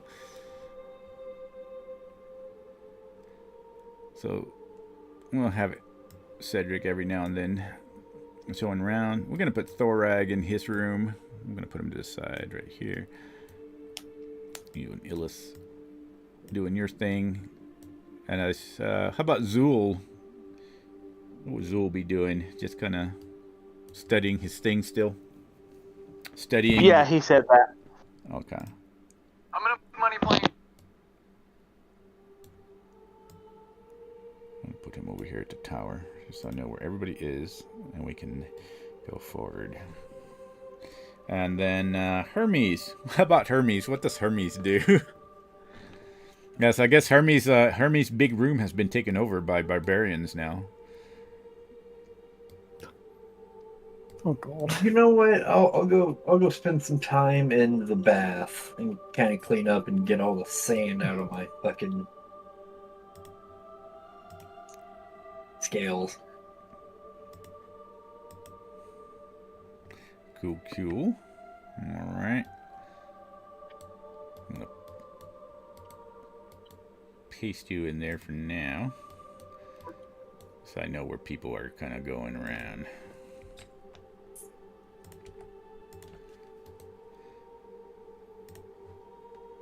All right. We should do it. Cool. All right. Now that I kind of have an idea where everybody is, Naboo, so everybody's traveling. More days have passed into the future now. Moving now. Still following the same path. As constant visions of the desert keep popping into Illith's mind. And these glyph wardens don't actually need to rest. So y'all move quite quickly, making pretty good ground. Another 2 weeks and you all are already within mountains, moving across the paths of the mountains, and that would put you all within the, I would say, deeper into the lands that y'all are going to, which would finally be, let me see, make sure I have that. Yeah, okay.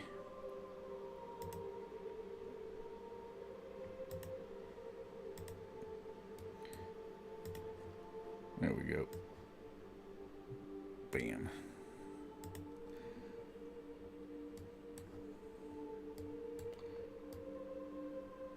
So within the 2 weeks that y'all have been traveling, y'all are finally within the mountains, and I would put y'all within here. Okay. Yeah, so y'all are traveling kind of the outskirts. Y'all actually moved from one side of the mountains of the west, and now you're kind of traveling into the east side from what Illis information that she's gathering.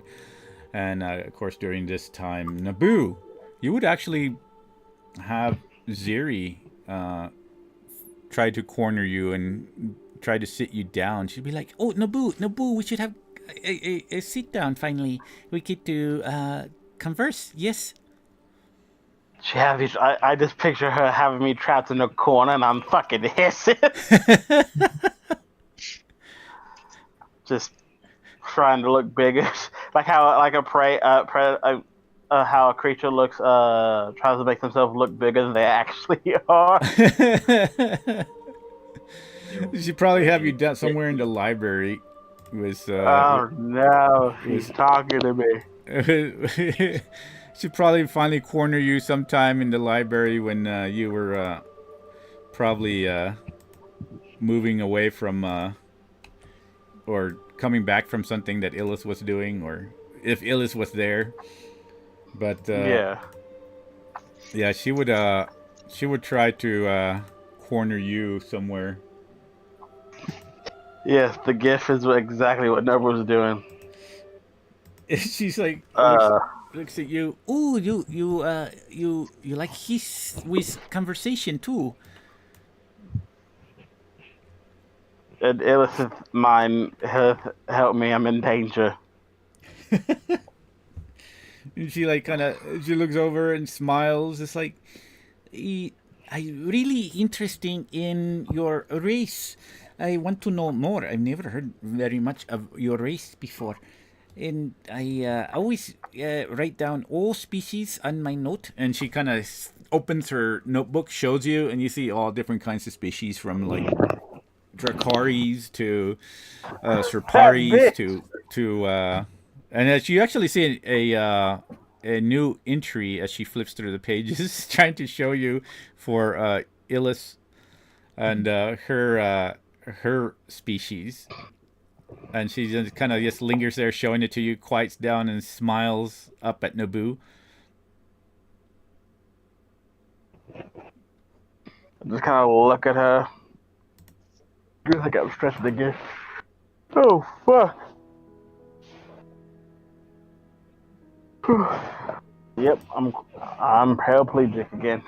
I stretched so good, but I lost feeling in my legs for like 5 seconds. Oh my god.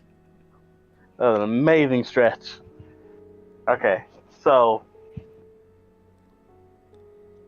I don't even know what to do. I can't hurt her. Ella said no. So, is anybody else in this fucking room with me? No, she just kind of found you by yourself, so. Though I do have to. Never be myself anymore. Well, I mean, Illis would probably be somewhere close by since you were probably lingering around her, but. Alright, fuck it. Tactical retreat. I throw Illis towards her, then I slither away. Okay. Just pick her up and then just fucking go. And she kind of just looks over at Illis at that point, and she's gonna be like, "Oh, I don't think he's very, what do you say, social. How do I talk to Naboo?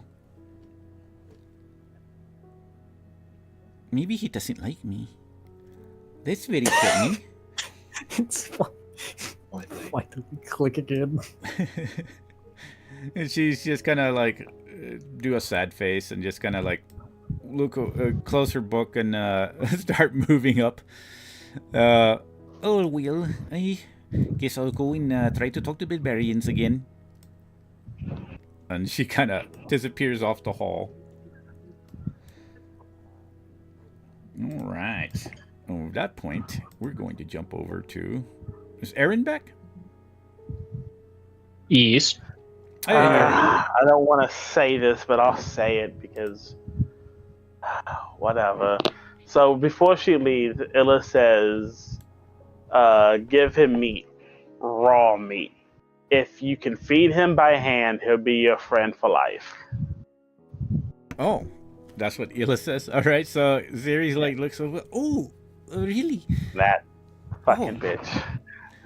She like looks around. Okay, and she looks very excited. Claps her hands together, and she starts running. Probably starts even running past Naboo. as she like just you can feel the air. She just like swifts past you and heads to the kitchen.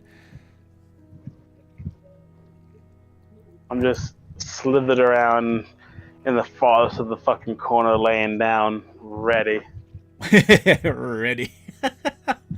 Well, she disappears for a while, and we're gonna jump over to Aaron. What would Aaron be doing while the 2 weeks of fast tracking? I know probably practicing and such, but does he make any attempt to? Ziri would probably try to talk to him. Plus, would he try to make any attempt to talk to the barbarians? Because as far as the barbarians are concerned, they're kind of completely in awe of the wagon when they first arrived.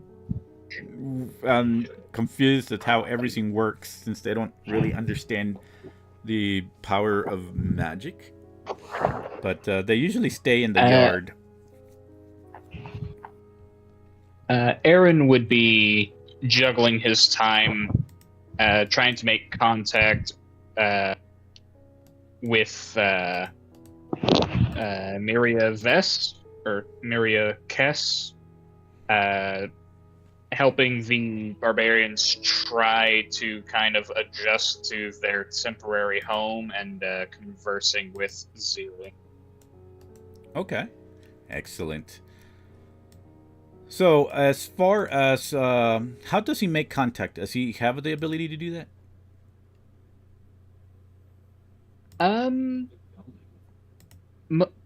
Would it be too bold of an assumption to say he asked Glyph if there was any way he could get a message out to someone inside the wagon? Ooh. We also have the sending earrings. The sending earrings only work on other people who have the sending earrings. Glyph is... Well, Glyph is Glyph. She has every freaking spell memorized. Well, not memorized, but she has... She's a wizard, Glyph. Glyph would say that she would say that she could equip the spell for messaging if you would like her to, and be able to send a message. And she would ask the details of this person and what she means to you.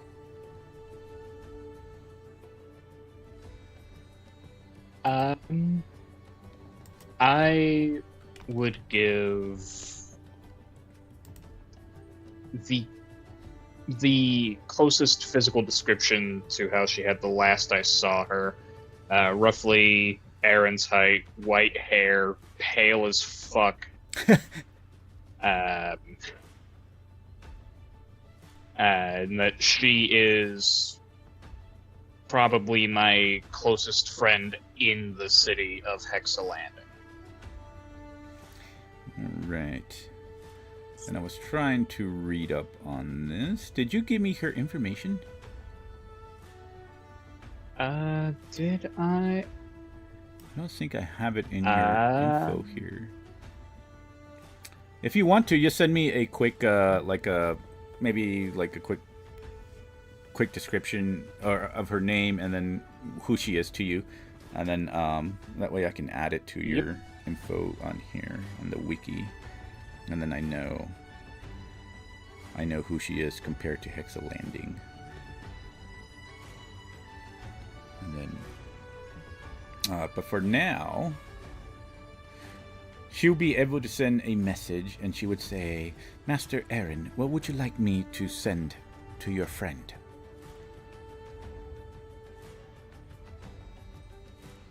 Tell her that myself and a group of my allies are coming to Hexa Landing, and I would like to arrange a meeting.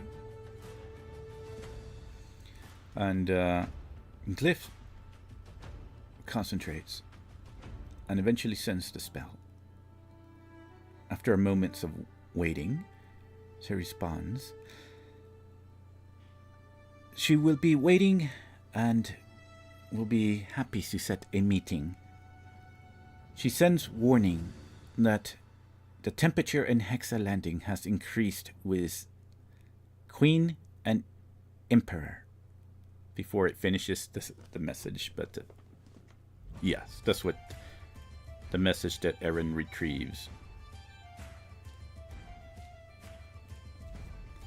That's what Aaron thinks about that. It's up to him. But he would probably be aware that some of the stuff that happens in the political stuff can affect Hexa Landing. And even though Hexa Landing is part of the Empire, it's also sort of a sovereign city still based on the power of the politics of the happenings there with the Queen and her conclave that she has there. But ooh, the dwarf is back. Excellent. So once that message is sent, what would you, as far as being around the barbarians and stuff, I will say that one day you were there, and what would you be doing around the barbarians? Pretty much the barbarians have taken whatever Glyph has provided them with tents and stuff, being able to camp, and some of the, every now and then, food is brought to them by those more friendly to them, whoever is friendly to them and brings them food, and also Glyph, if Illis would have Glyph bring them food as well. Ziri actually does bring them food every now and then through the traveling, but for now they're kind of chilling. They have their own tents. It seems that Anaya actually keeps to her tent, and Jabari actually keeps around her like a personal bodyguard, and Katya is also around her, while the other ones kind of stay on the other side. And keep to themselves over there. Oh, wait, look at that. Cedric's here. I'll put Cedric over here. But yeah, if Aaron does keep contact, what would he be doing on this particular day? I would say that he would probably go visit the barbarians. It'll be one of the days that he does keep up with them. On this particular day, Aaron would be just conversing with them, trying to learn a bit about their culture, so see, to figure out what not to say when we get to where we are taking them, in order to avoid conflict. Any conflict. Oh, and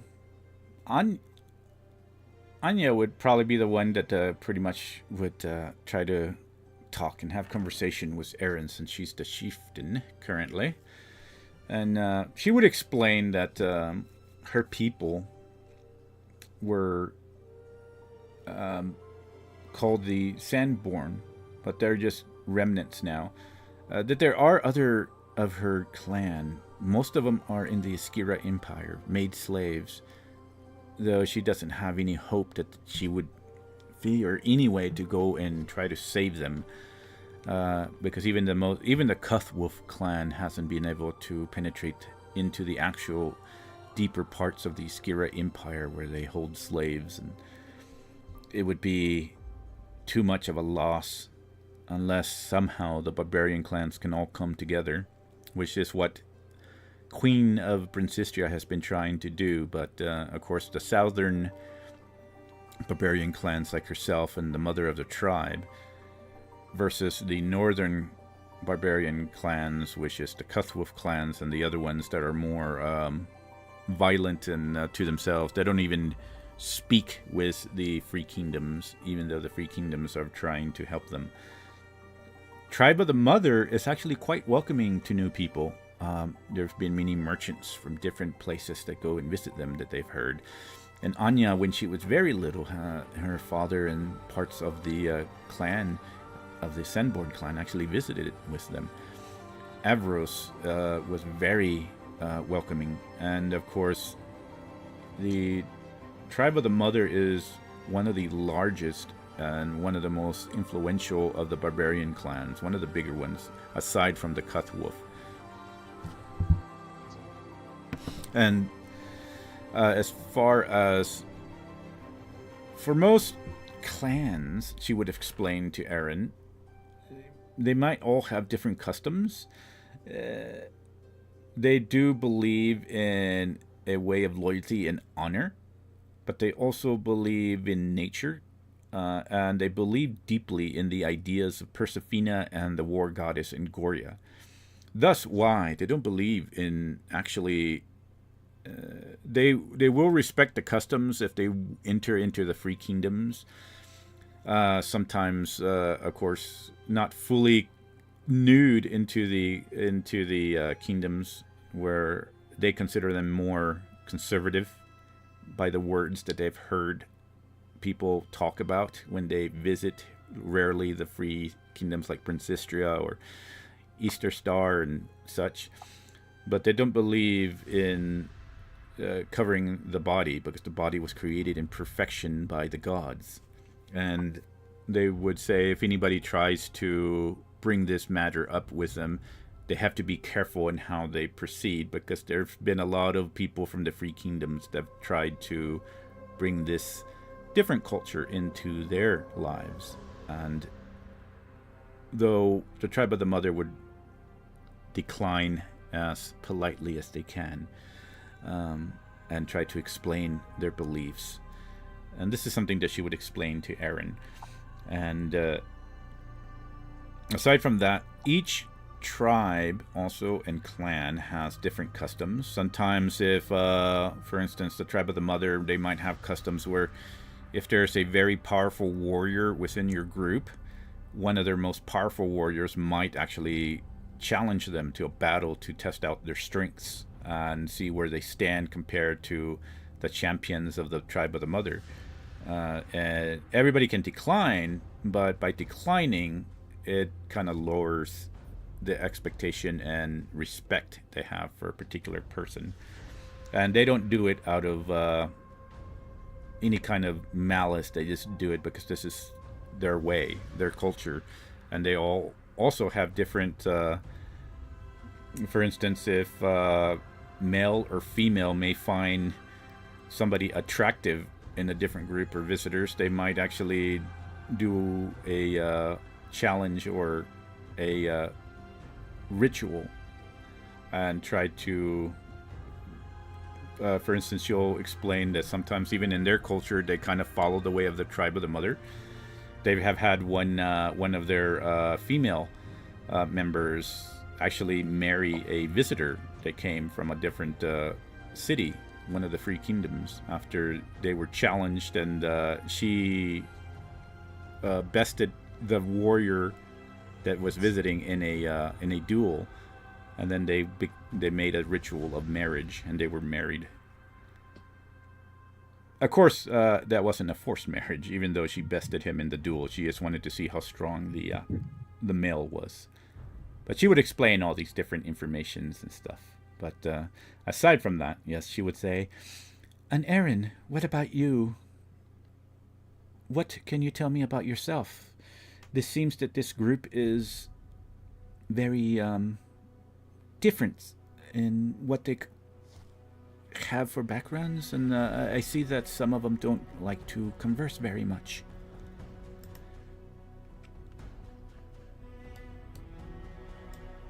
Well, I cannot speak for everyone, but I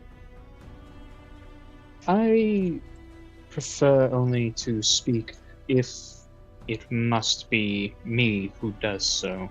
Though I am a warrior born here in northern Angoria. I was raised by a hermit out in the middle of nowhere, and I have learned his secrets of an order he once was a part of. Says, oh. We're similar to what I've tried to learn and the expectations of my father. Though I admit my anger gets to me very much. I wish for vengeance upon the Iskira Empire, so I may have diverged from the path that my father wanted me to follow. But at the same time, it is very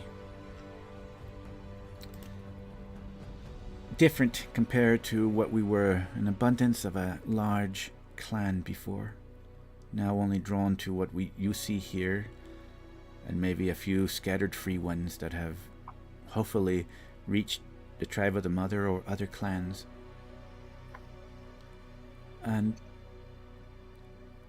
she looks over at you. What is it that you have learned? What was it that you have become? I suspect. What do you champion, Aaron?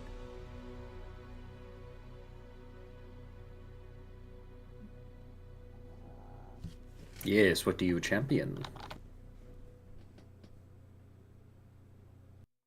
Uh-oh. Just keeps winning on our. No worries. Let's jump on. Well, that's happening. If anybody else is also wanting to jump into this scene, but I'll say, what is Cedric doing? Hold on.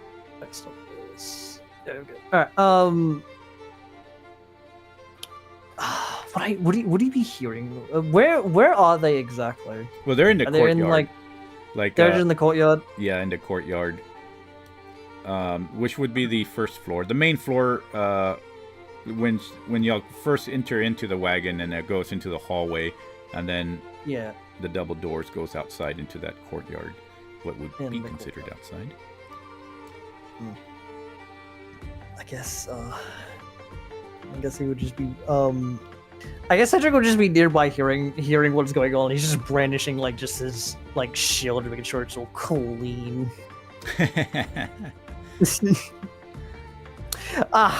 Sparkles like new. You see,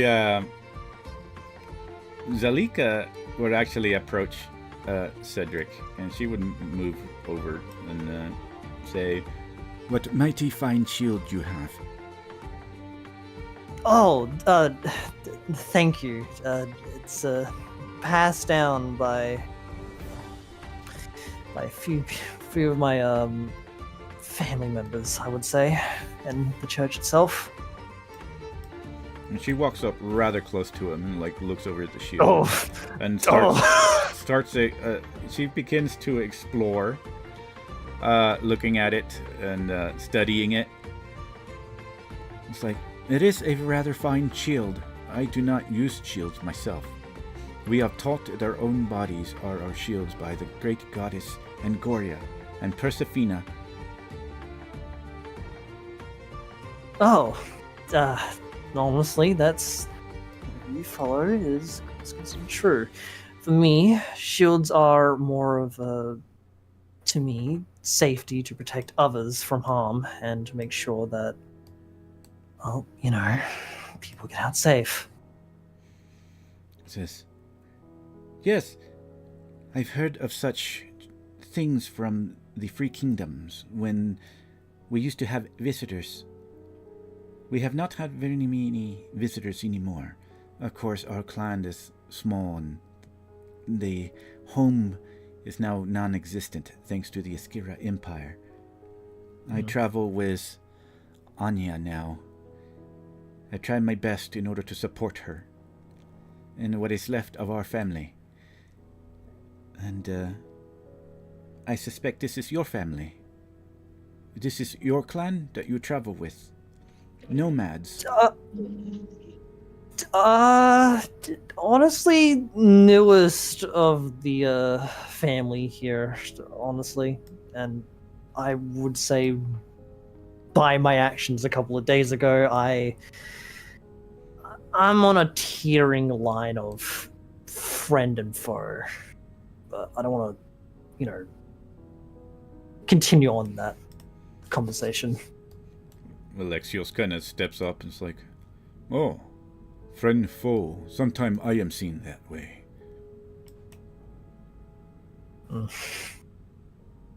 Yeah. A couple of days ago, and he's gonna try and probably say something, and he's gonna bite his lip, and he's like, he's gonna shake his head, like, nah, I probably might not want to say this.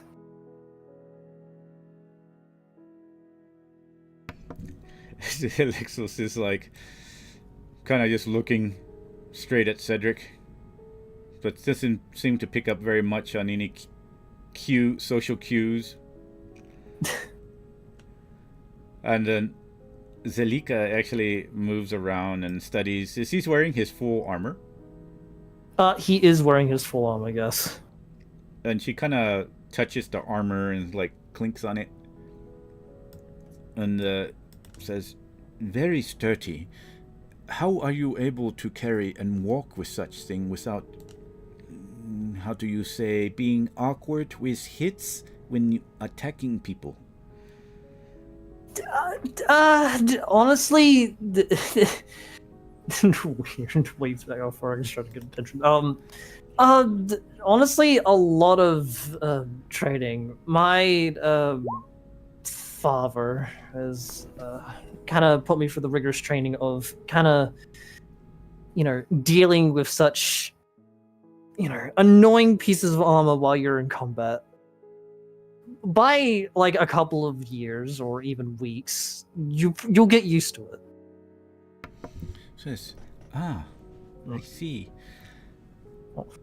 It is a very strange culture, but one that is very much respected by me, especially since you rescued us.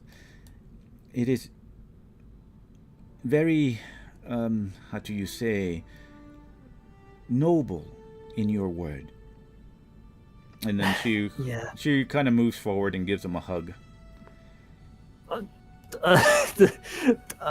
Is she still naked? Oh yeah, they don't wear. Yeah, they don't wear clothing. God, if you fumble this. They don't wear clothing. Yeah, it's natural to them. Oh boy, the second harem of the series. And Alexios just kind of Alexios doesn't give him a hug, but he just kind of pats him on the back, gives him a large slap on the back. "Yes, thank you, friend. You helped us, and we are very, how do you say, respected for that." He's gonna nod, and he's actually gonna hug back real quickly. And just well, other than thanking me, you should probably go thank the others as well, if you haven't already. I'm not the only ones who, I'd say, saved your life. And Zelika, it was all of a group. He's throwing us under the bus. I knew it. We'll get you for this, Cedric. We knew you were an enemy. You just said go talk to someone else. Zelika looks over and says, "Yes, we, I think Anya has tried to thank everyone. We tried to thank that person there, but he just stares quietly at us," and points over at this arcane sentinel here. Oh. Oh, don't mind him. I don't think he can, hog. Watch this thing just start talking to him. I feel entirely bad for saying that. And while this is happening... How rude of you. I can speak. I choose not to. Completely silent for the rest of the sessions. As this is happening, Saren is actually going to move over to. She waves over at Thorag, and she has kind of that warm smile and warm eyes. She seems very. Through the weeks, anybody that have met them and stuff, find that Saren is one of the warmer, very readily smiling and laughing, telling jokes amongst the barbarians and such. But she actually moves over to Thorag, waves, and says, "Hello, Master Thorag. I think that's what I've heard the big lady call you." Aye. And she says, I was very impressed, she like tries to find the words, of the power that you have from your god to heal us. I have been wanting to learn how to be a better healer myself. Oh. I practice in the ways of Persephina. I am trying to learn how to heal in her ways, even though she was also a warrior in the great tales of ancient times. Oh, that's very good of you, lass. Very good. And I was wondering, perhaps, if you would be, how do they say in your language, so kind to maybe teach me how to become better at healing. Well, I can try. I don't know the ways of your god, but I can show you how I better my own faith and call upon the holy powers, and then maybe that will help you. And she looks over. It's like, yes, I tried to do this with Persephina. Perhaps we can learn about each other's gods. And I can tell you in the ways of my belief of Persephina and her ideas for our people.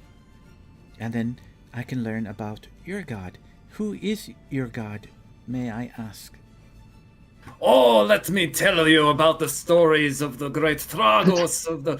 he will go off on an entire... He will basically start the entire mythos as he just basically starts walking around the garden, maybe finding a place to sit at a certain point. Like a grandfather telling stories sort of situation. Oh yeah, she will actually enjoy it quite a bit. Actually, she's actually quite a warm person. You realize she is actually laughing at anything that's funny, and she has a very carefree personality. You find out, and anything that she can anchor to with your god, she'll try to anchor it back to Persephina, and explain about Persephona's ways, and explain about her customs and such. And basically, she would you would find her very we'll say we'll camp over here. Boom. Maybe that'd be the best part right there. You would find her very personable compared to most of the other ones. Most of these barbarians are actually quite open, but she has that more of a warmth and personality about her. And then jumping back to Anya and Aaron. Are they humans? To what now? Are the barbarians humans, right? Oh yeah, pretty much they're all human, because they're in the human land. So yeah. So I look at Illith. Is it normal for humans to be walking around like that? Or are they weird? I mean, What's that? no, you walk around like that. Like what? Naked? I'm not naked. I have this, and he points at his shoulder pad. And your butcher's bib. Don't forget that. Yeah, no, I don't have the butcher's bib in this world. Oh, different one. Okay. Yeah. Hermes will end up walking into the garden, and setting down a tray of meat and handing a mug of ale or alcohol to Thorag as he then walks to the other side and finds a corner to lay in. What's that dangly thing between that dude's legs, by the way? Oh my gosh. Oh yes. Oh god. What's that dangly thing, Illa? And why is it so girthy? Lilith is Are those walking veins? away. Do it by Are your those veins? I am at work. Oh my gosh. Good God, that vein is almost as thick as the rest of it. Ah! Oh my That's gosh. You should gross. get that looked at. Oh You God, he has a. definitely get- Oh God, he has a weapon. He is the weapon. Oh gosh. Anya going back to Aaron. Aaron, are you back? Yes. Yeah, so she kind of where did we left off? I guess I forgot what the last question was to Aaron. What he championed basically.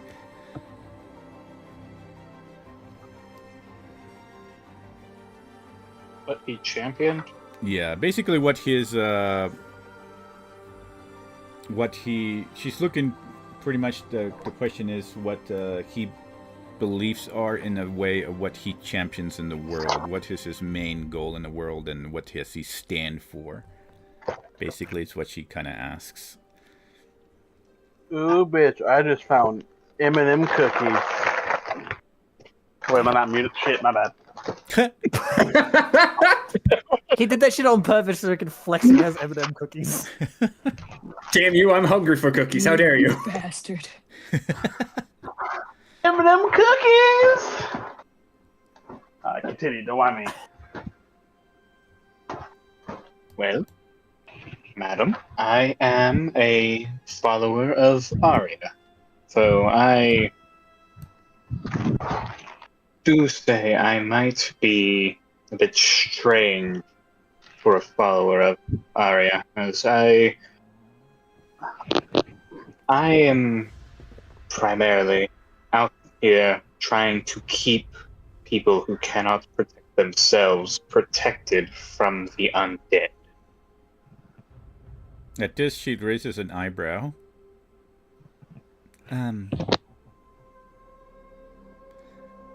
She looks confused.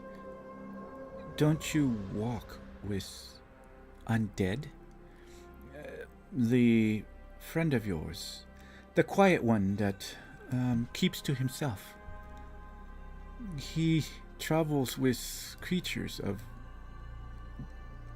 death. It's not. Yes. It's not very natural. Zul is a very dear friend of mine. He has control over the creatures that he walks with. And I know that they will not bring harm to an innocent so long as he maintains his control. She looks. In our culture, we always believe that once anyone leaves this life, we should let them rest and not force them to return, even in decayed form. It would seem very. What is the word that you use in your language? And she thinks for a while and then says, well, does not follow the natural path of life and death, the circle of life. So it's very confusing. We actually were talking about it in our group. It is strange to see this. I suspect that people from free kingdoms are accustomed to this.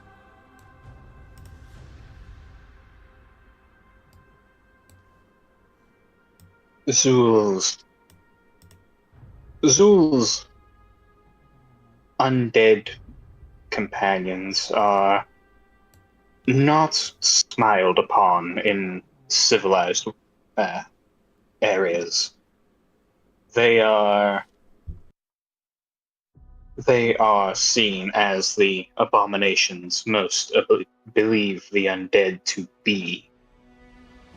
And as such, when we go anywhere civilized, we tend to leave them a bit away so that we are not accosted with the suspicion that is deserved of any who walk with the dead.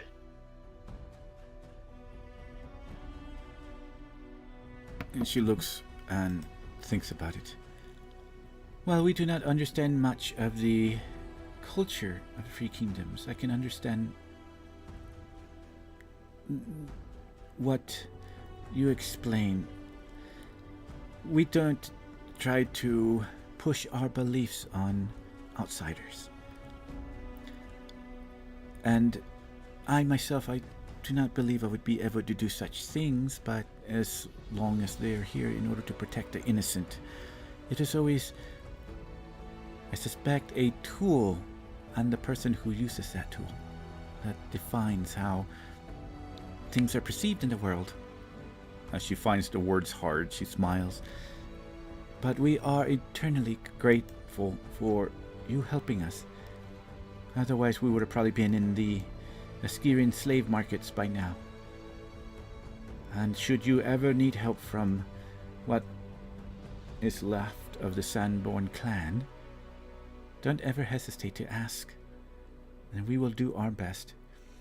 And Katya walks over. Or from the Daughters of Serenity. And she looks over it. I will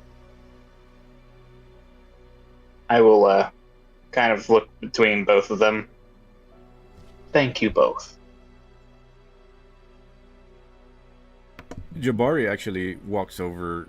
He was kind of lingering in the back, and he kind of extends a hand out to you. And he kind of, I don't know how tall Aaron is, but Jabari is standing about 6'5". Yeah, he is very much taller than Aaron. Okay. But he looks over and says, "Thank you, friend, for coming. Helping Anya. I do my best to protect, but even with my strength, the Skira Empire is quite powerful, and they use trickery coming by the darkness and taking us when we rest. But we are forever grateful." And puts his hand out. I will grab his hand and give it a shake.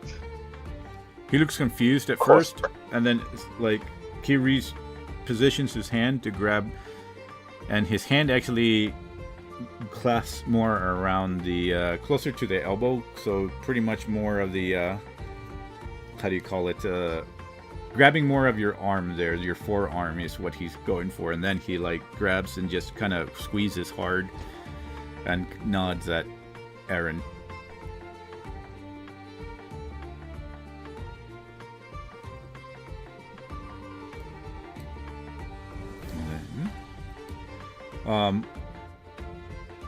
For Naboo, everybody else, before moving on, we're gonna go, and Ziri actually returns.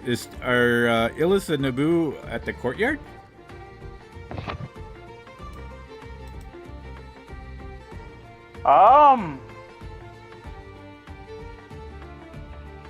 If Illis is, I am, but if she's not, I'm wherever she is. I think she said she was studying the crystal.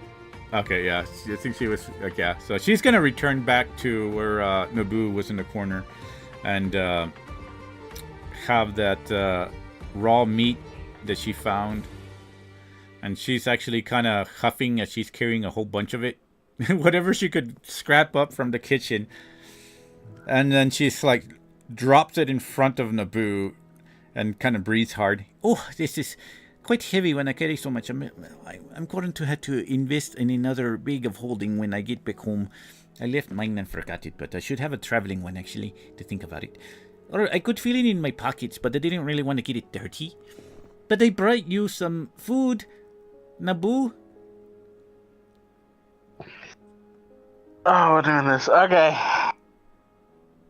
And she So- grabs some pieces from Not her break this from little the girl's hand, heart. and she kind of like holds it out to Naboo with her hand, and smiles. You are welcome. Fuck you, Ridva. Go fuck yourself.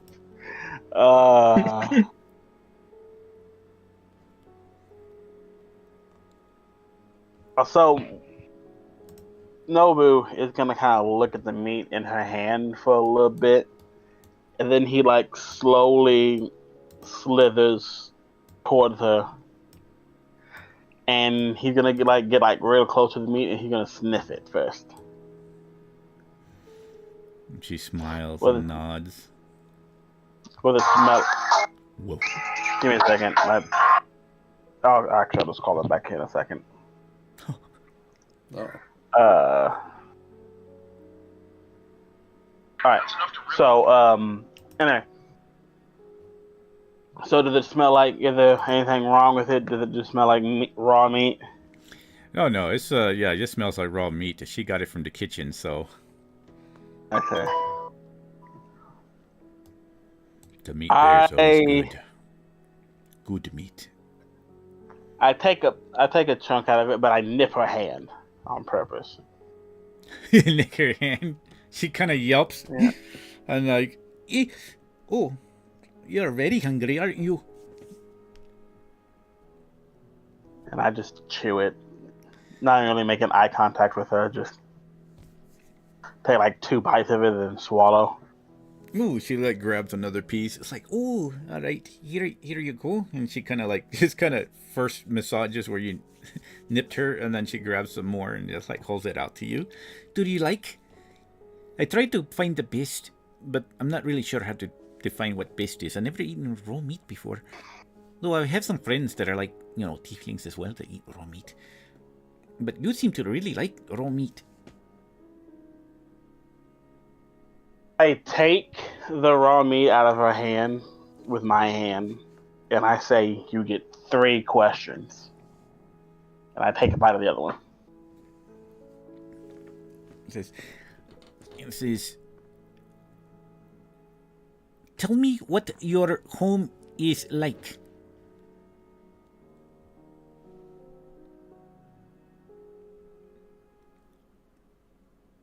He goes quiet for a little bit.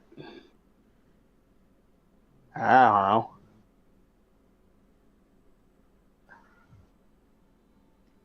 And she's like blinking, holding her pin. And she looks don't know about home. And she kind of like, her smile kind of drops. Like, you're right. Yeah, let me see. How can I?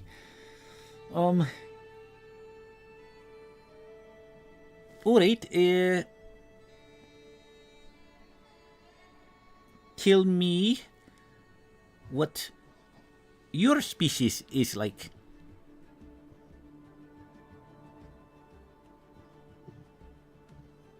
I don't know. She like looks all sad. It's like, why don't you like talking?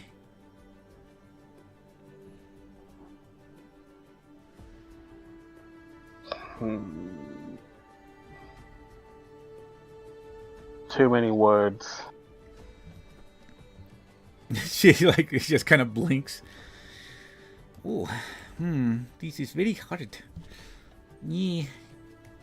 And then I slither away after I ate all the meat. Oh, alright. Yeah. Thank you, Naboo. Maybe we can try again tomorrow. I can find more meat. I just laid next to Elith. When she look over at Ellis, it's like, I think I did it wrong, Ellis. I don't know. Very hard to communicate. I guess maybe his species is like that. So, I guess I can make notes on what I study and his actions. They don't like talking. Very quiet. like raw meat so far is what we know. Like to eat people when they are fighting. Wonder if they have ambitions. And she kind of just thinks, and then she like, all right, Elise, maybe tomorrow we can converse about your species. Yes? And whatever Ellis answers from that, she just kind of moves her way over. She's gonna eventually while everybody's like having their conversations and stuff, she's gonna go and find the conversation that's happening here, and then she comes over here and sits over at where Thorag is telling stories to start writing notes down, but she seems to have a very frowny face compared to her enthusiastic one. And she looks over and and she says, "Oh, hello, Thorag. Don't mind me. You mind if if I can take notes down?" Oh, of course. What's the matter? You have a long face.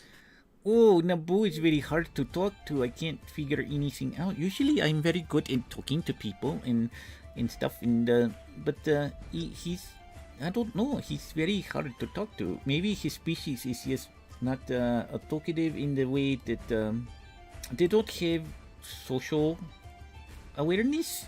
Yes, that's the word.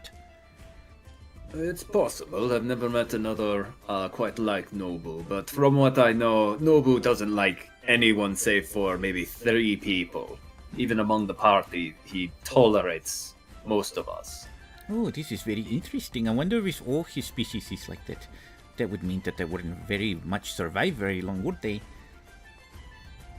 Well, from the sound of it, Nobu makes it sound like he's a very solitary individual, so... It might be that it's his race is much like rather than many of the notable races of humans and dwarves and elves making communities, his is much more solitary, only seeking each other out once in a while. Oh, maybe only seeking each other out when mating season comes in, yes? Possibly. I'm not going to make any guesses, and I'm not going to bother Nobu about that. I don't think he particularly cares either way. Oh. But the best time to ask those questions is with Illith, and you might get a few more answers if Illith is there to help. Oh. Otherwise, it may be best just to leave him be and not irritate the poor thing.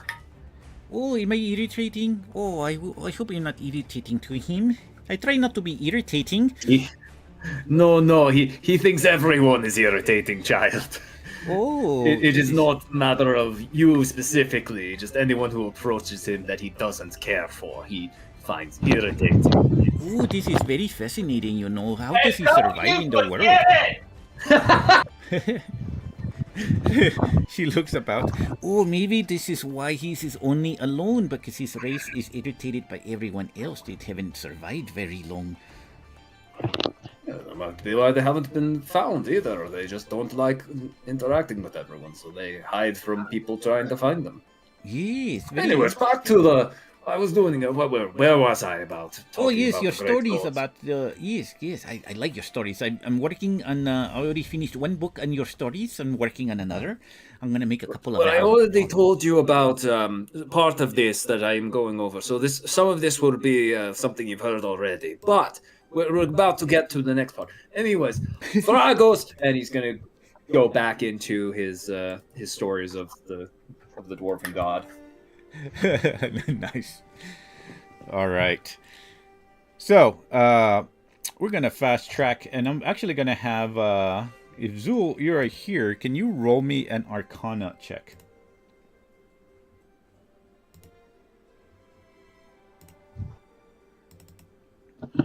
While waiting on Zul to do what he does, I'm just gonna let you know she legitly asked the wrong questions. Probably. Perfect. Yeah, she. I wasn't trying to be fussy or anything, or like be not do it. She legitly just asked the wrong questions. Yeah, she doesn't understand Naboo at all. That's the mystery of my character, baby! me. Let's I don't know what see. the fuck going on with Zulu today. I mean, you said Arcana? Yeah. 26. 26 Arcana. Okay. So, this is something I'll probably have to send him information on that he would find out if he's studying the, because he's studying the energy, the residue. So this will be important for him to know, because it's up to him if he wants to share this or not. So I'll send that to him. Got you. Ellis is working on the crystal, she said. Yeah, Well, and that sorry, one crystal, we'll probably have to do some rolls too, which I can send some info through there, because that's going to be also important. And also because she has to have contact, a couple of times that she would have contact with Amara. Let me see, where's she at? Especially because Illis would know so far with the battles that's been going on. Amara has lost 2 battles, and the creature is won 3 battles. So the next battle will define if Amara survives or not. God damn What he mean? What he means, y'all? It defines if Lilith stays a god or not. Who is in a wagon? Yeah. God Like, damn it. Do I have to revive her again? Lilith, the god of wagons. The gods of wagons, yes. I guess nobody can fuck with her in the wagon. The funny thing about that is with Rimva's personality, I can totally see her being the god of wagons or something silly like that.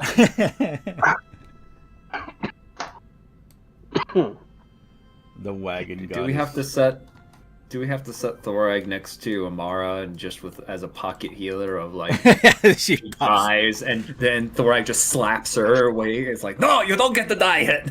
We haven't killed them all. She just pops up every once in a while. All right. So we're going to go ahead and fast track into the actual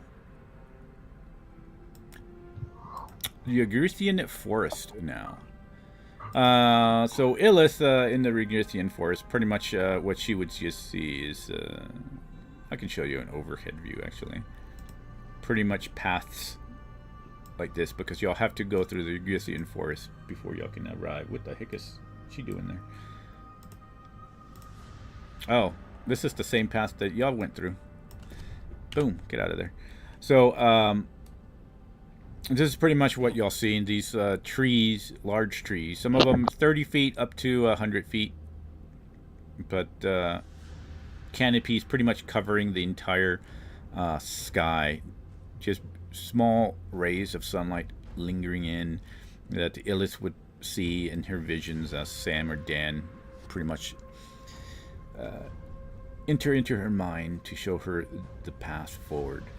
Every now and then you would see what seems to be like maybe little lights that float about, come near the wagon, and Illis could possibly even, while this is happening in her mind, could possibly even hear little giggles as things seem to float around Sam and Dan, but Sam and Dan don't actually react to it. They just keep driving forward. And you would see what looks like a little humanoid with wings, and then maybe dozens of them appear and float around Sam and Dan as the wagon keeps moving forward, and the ground keeps shifting, so the wagon is moving quite quickly, and eventually moving further into paths.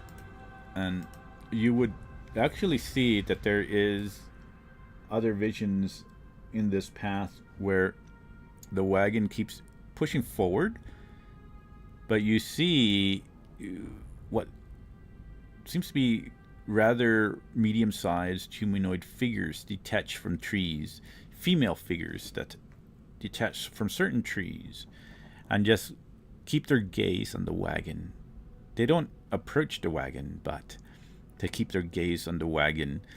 And Illith is actually able to capture some kind of creature. It seems to be like a wood creature, medium-sized wood creature made of pure, like what seems to be bark, and glowing bluish eyes that linger within the shadows of the forest that the wagon is moving through.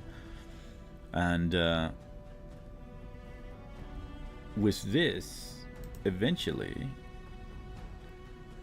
if it keeps moving forward, y'all finally land in... We're just gonna go to this big map. Yellow's getting this vision. So basically where y'all are is finally arriving in an intersection of a large river. And the wagon, there is a... what seems to be a bridge that used to exist, but it is completely broken now. But you can see that the wagon actually starts to float over the river. And the horses actually seem to be walking across it. They're a little bit hesitant, but Sam and Dan are actually being able to push it forward. Illis would get this vision in her mind, and it starts floating across the river.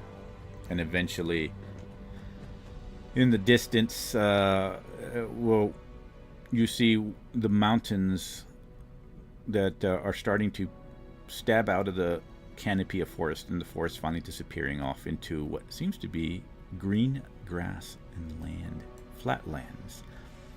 And you are entering into a very large valley. And eventually, another few days later, you have another vision. Illis has another vision, and in the distance, near a mountain, you can see what looks to be buildings. Buildings either made of leather, some of cloth, others of wood, and it stretches out for quite a few miles as you are getting closer and closer. And eventually you start arriving. And since I'm still working on this map, I don't have a map of it yet, but you start arriving at what seems to be a tribe. And the reason I don't have this map is because you will also notice that as you are nearing, there is, in Illis's mind, you can see enormous tracks. 3 clawed tracks, almost as if y'all could imagine the footprints that Godzilla leaves behind in movies. You would see something like that as y'all passing through the wagon, and you see what could only be described as large corpses that are wrapped. It seems to be corpses of giants that have somehow become wrapped to be almost like mummified and stuff. Very large. And the wagon will also, in the vision, you would see what looks like to be giants around here.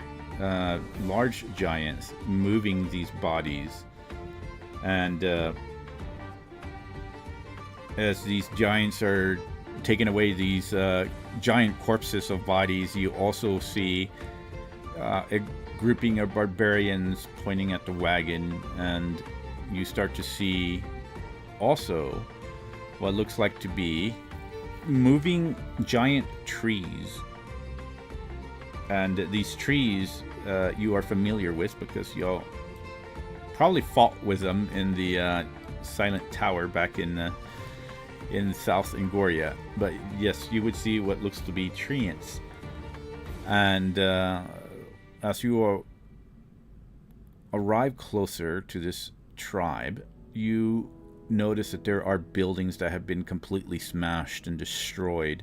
You see what looks like craters, as if large meteors have destroyed the land everywhere.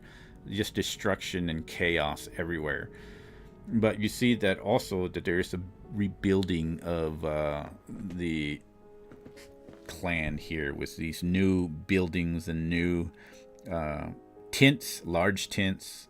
You see other ones that are just made of what seems to be regular, some sort of cloth-like substance. And you see just people working everywhere. Large amounts of groups of barbarians. And yes, all of them in different sorts of clothing. Most of them nude. There are some that are having loincloths and such. Some, of course, having whatever they would use that are strapped to their chest as far as strapping their weapons to their back or to their sides. That's about the only other remnants of clothing that they have. And they all carry either large two-handed battle axes or swords or spears and bows, and they you see this vision of them pointing to the wagon as you start arriving. But anyway, that is what Illis sees as they arrive closer to this village. Depending if Illis would probably let the group know or whatnot, but that's where the group is currently. Where is Amara's mansion? Ground floor. There we go.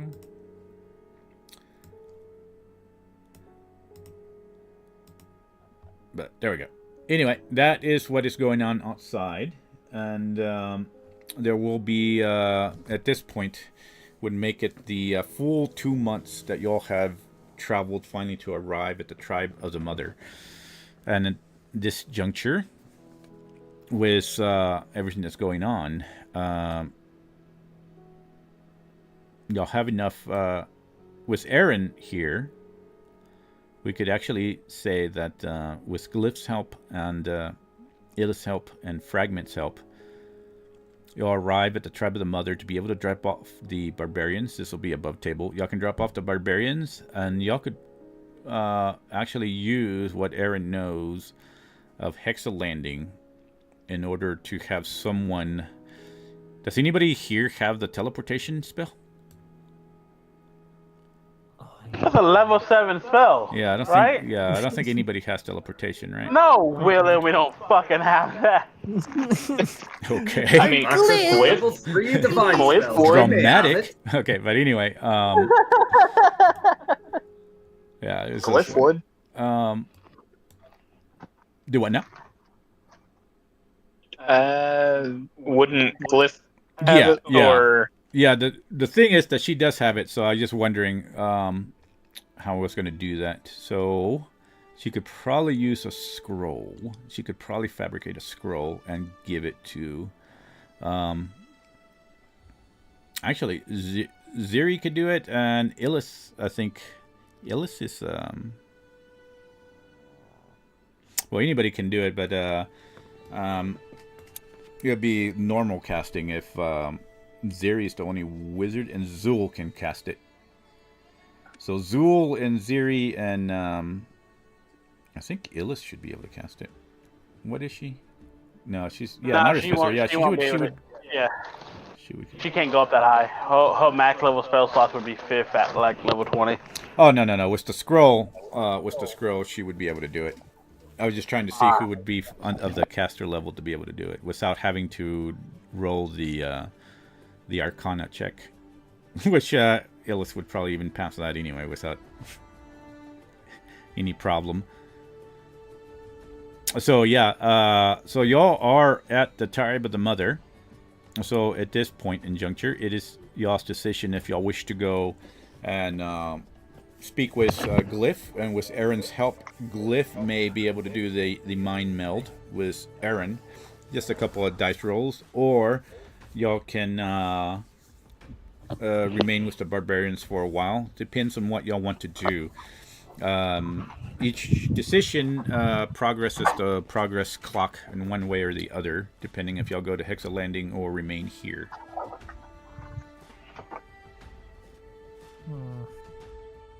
I don't want to stay with fucking people. I think Not either that I way hate you that. go, you might be around people. one more dangerous than the other. Yeah. Honestly, if people need help, I'm down to help them. They left me alone.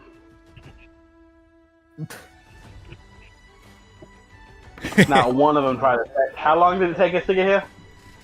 Well, from there, it took y'all a month and a half. Because y'all were 2 It took weeks us a in. month and a half in here, and I haven't had a conversation with one of them. I respect them. Yeah, they kind of just lingered in the yard. They weren't going to intrude into anyone unless somebody came to them, so. They're barbarians.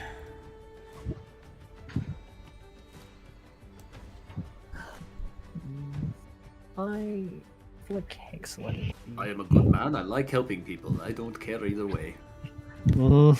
It is our job.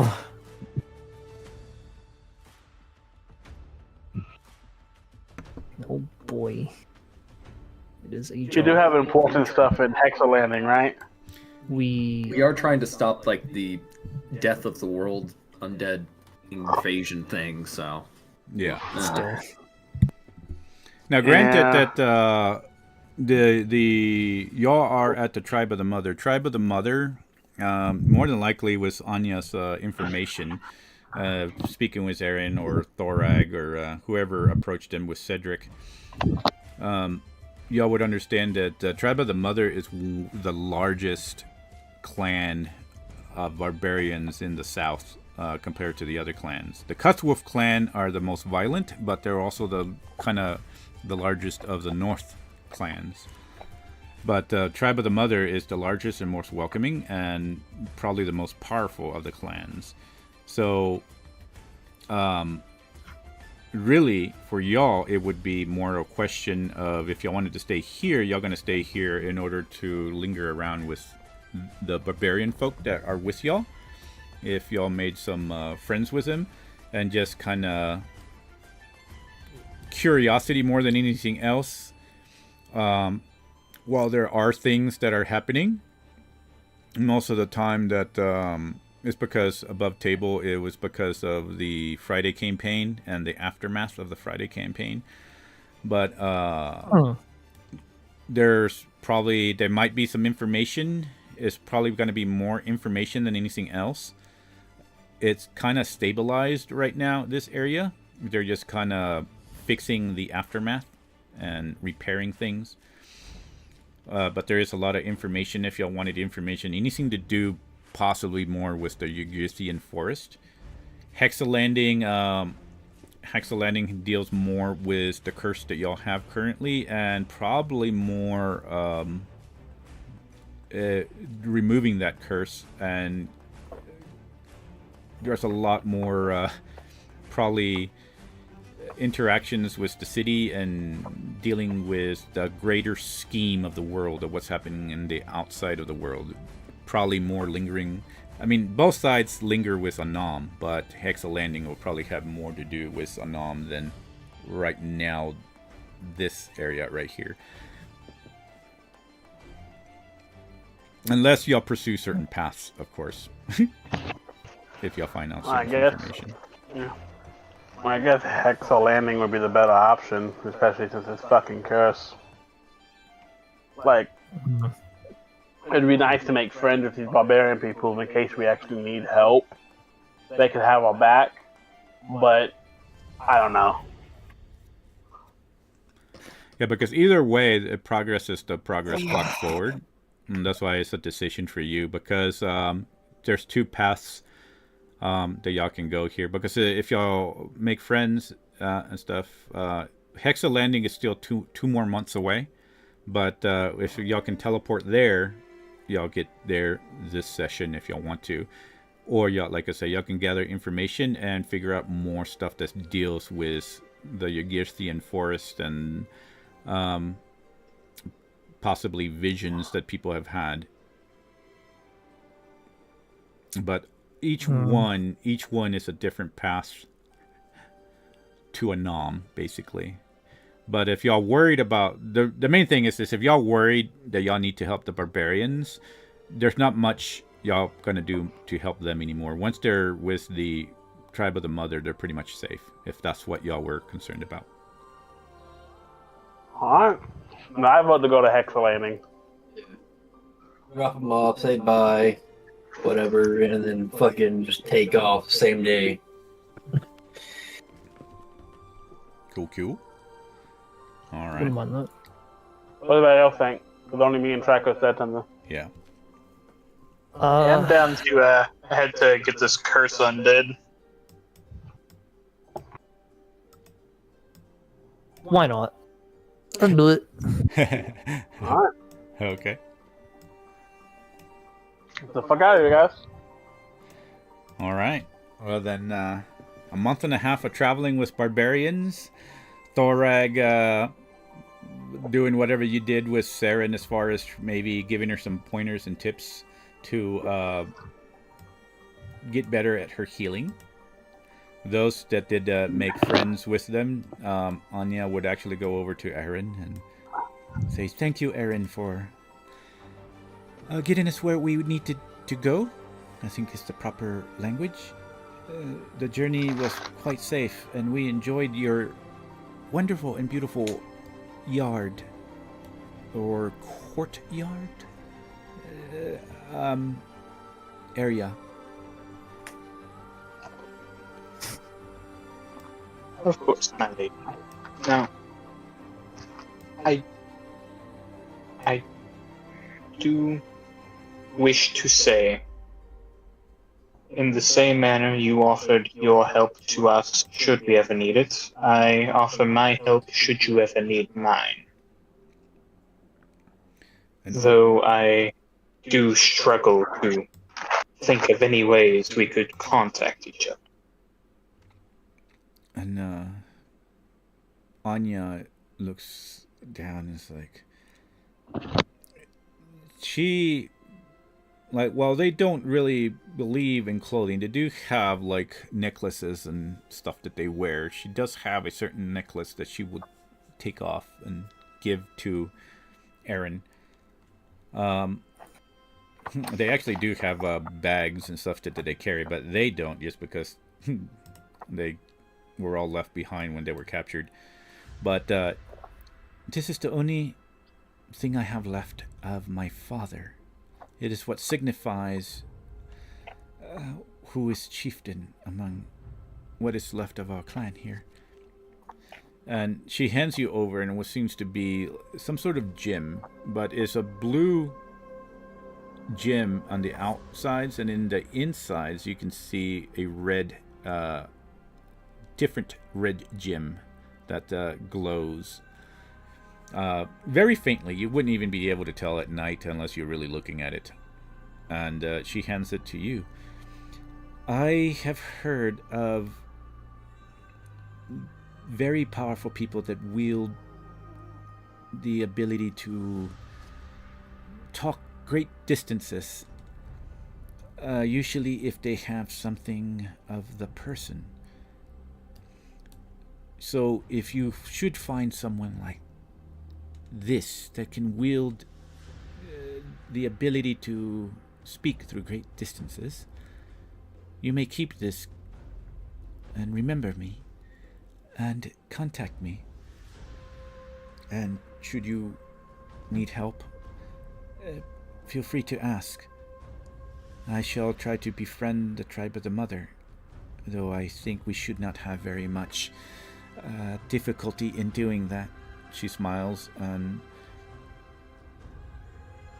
she hands you the necklace, and will look over at Katya, and Katya also looks over at Aaron and says, "Aaron, please, if you ever also need help, remember the Daughters of Serenity, because of what you have done here to my friend Anya and her clan. We will also extend any help that you may need. The Daughters of Serenity are a very clandestine group, but when faced with evil such as the Skira Empire, we are willing to help in whatever way that we can." And she actually leans forward and gives Aaron a hug. Aaron will very awkwardly return the hug, not expecting to be hugged. And then Kadia nods and smiles and looks over at Anya. Well, shall we? And she will take Anya's hand, and they both will start moving forward. And Jabari will actually move over to Aaron and says, "You have helped my chieftain, Anya. She is young. 18 summers, but she has led us so far and kept whatever lingering people of our clan survive together.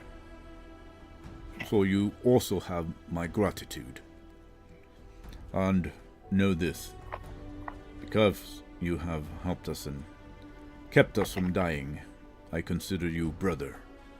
So if you ever need a brother in this life, look to Jabari." And he kind of hits his fist to his chest. "And I will do as I do for my chieftain.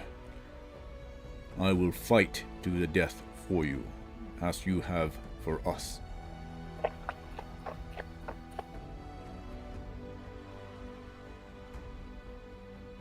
That is a very serious commitment you are making, good sir, and I thank you for it. And with that, he nods, and then he follows after Anya. And Zalika would actually go over and looks over at Cedric, and she says, "May your shield guide you in the future." He's gonna nod. He's gonna like, he's gonna nod and kind of bang the shield lightly with his flail. And In regards to that, yeah. And she nods, and then she actually moves forward and gives him a kiss on the cheek.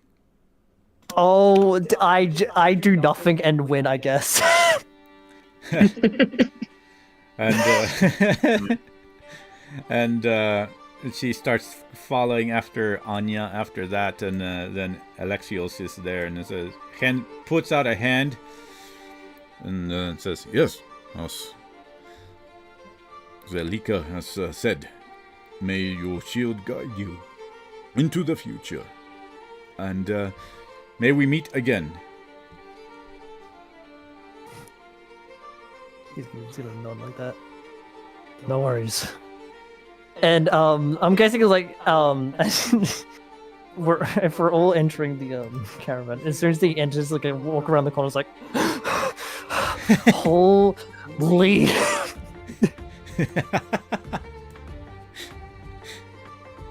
And Ziri, of course, goes over and she's like enthusiastically hugs every one of them. And Saren is actually over here with Thorag, and she says, "Thorag, it was a pleasure meeting you, and I loved our conversations. I shall keep them in my memories, dear to my heart.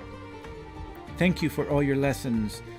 You are a reminder similar to my father." Thorag will. Is he tall enough to kind of pat her head like paternally, or is she a little too tall for that? She might be a little bit too tall. Yeah, she's a barbarian, so she would be around. She herself is around 5'11". I think she's one of the smaller ones. Let me see. For narration's sake, can Thorag like do a little gesture to get her to kneel, and then he'll give a little pat on the head and go, "You are a wonderful student and a wonderful listener. Go and do good works, child. Do your goddess. I think it's both goddesses, right?" Yeah. Well, her goddess, both of yeah. them are goddesses. Her goddess Persephina and Angoria, and then your. Do your goddesses proud. Yeah. And she smiles and says, "I think your family has a very, very fine father and husband. And you are strong, and as strong as any barbarian in our clan. May the goddess Persephina and Angoria forever watch over you. And may Thragos watch over you, child. Now off you go. And she runs over and joins Anya as she leads them out of the wagon and starts moving toward the clan. And you see the barbarians, the other ones, as they give their own. You see that they're giving their own signals of barbarian signals, and you see other barbarians kind of start running toward them. You actually see a lot of the children just kind of really make a circle around them, just kind of laughing and giggling, and they're pointing at the wagon, and the rest of the barbarians, you see these large, same size as Jabari and Alexos, barbarians just come over, and they start speaking to Jabari and Alexos immediately, which you see them off in the distance as Anya is giving the floor in a way to speak. And so far, that's what you're seeing from the wagon, is anybody that's standing and watching from any of the open doors. The only doorway that y'all can see. But aside from that, so that is going to put them out of here.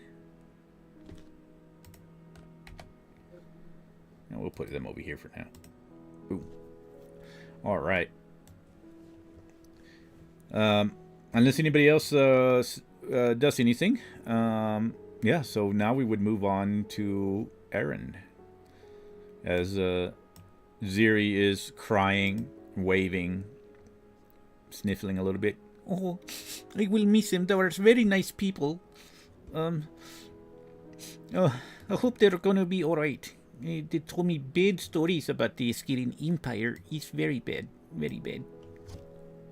And they told me that Askerian Empire likes tieflings very much too. So I guess that is bad for me, they said. I don't know. Very confusing. And yes. And she just kind of wipes the last of her tears and just, jumps back over and puts on a smile again. All right. So what's next? We're going to North Steel, yes? I've never been to this place, Hexa Landing. I'm very interested, curious. She looks over at Aaron. Aaron, can you tell me about Hexa Landing?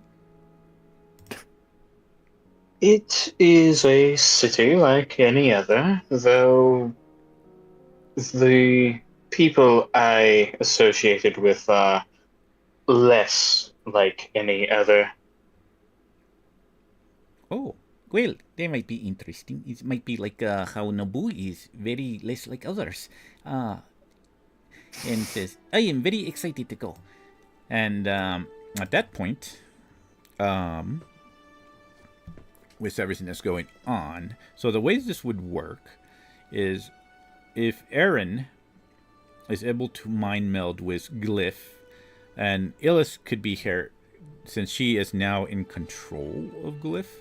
So Illis and Aaron and y'all would have to make some dice rolls, which is going to be either choice of Arcana or which was the other rule here?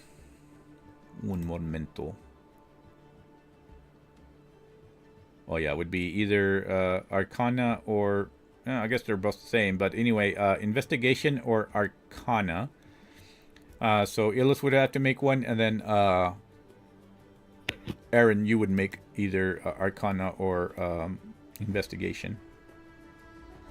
If you wanted to mind meld to give this idea of the place that Glyph needs to envision in order to create this scroll for someone to read.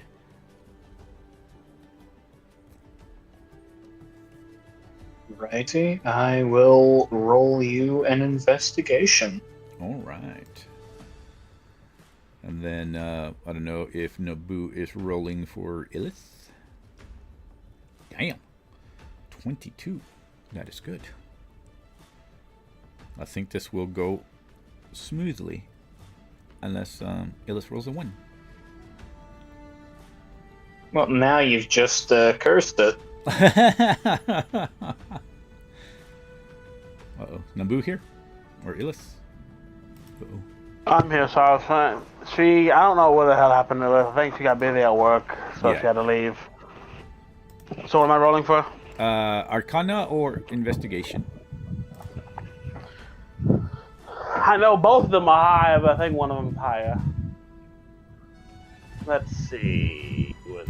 She said Arcana or investigation? Yeah. Though both the same.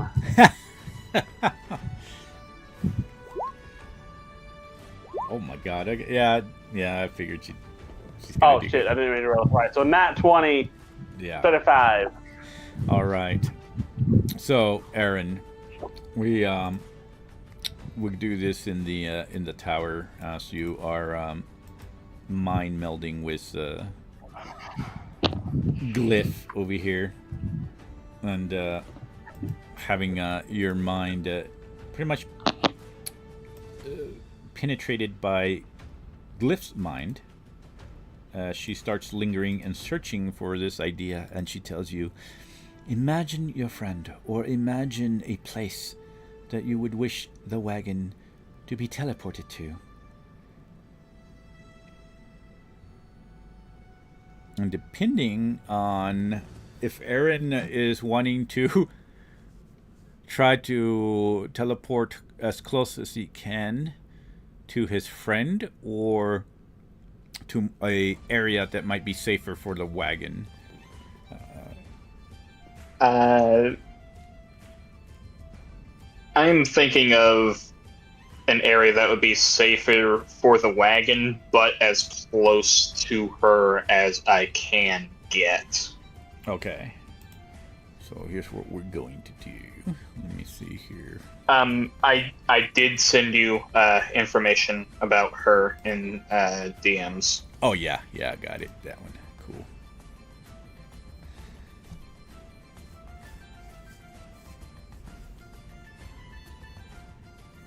So this one, safest. So we're going to put you.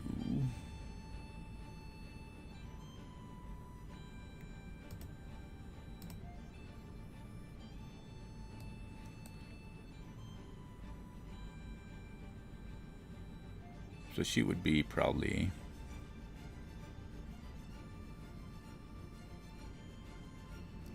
Okay, I know exactly to put you on. Probably at the Gatewatch Park. Gatewatch Park would be the safest and probably the closest. Alright. So you made that. Glyph then creates a spell, a scroll,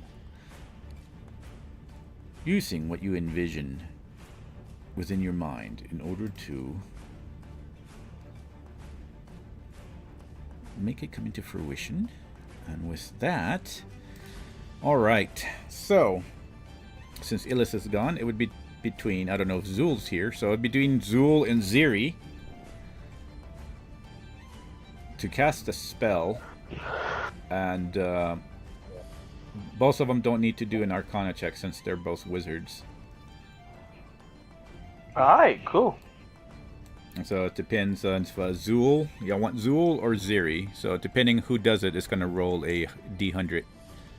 We're gonna have Zul do it. Alright. Is Zul here? No, but I am. Okay. Go ahead and roll a D100. I think we should end here soon, because everybody's fucking missing. Yeah, we're gonna. Because I just need to see if this works, and we're probably gonna end it. What am I rolling? D100. Oh shit! Should I say do that? I don't have good luck with D100. What did I miss? The fuck did I miss? Some crazy shit. Do we have a trapped god in that crystal? Is that what's going on? No, that's just Glyph. Okay, Glyph has just gotten a visual upgrade. Got it. Okay. Yeah. Okay. Oh my God! You rolled a I got a 9. 9. Oh Jesus! If only this was like World of Darkness or something. No, if only this were the Iridium's rule. Iridium goes the higher the number, the better. In regular D&D, the lower the number on a D100, the better. Let me see here. Teleport.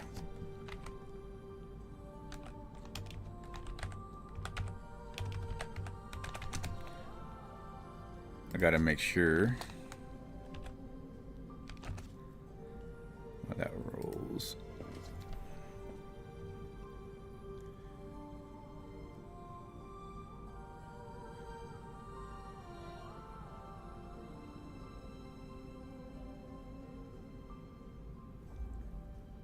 Oh, okay. False destination. 74. Viewed once or described. So the described area.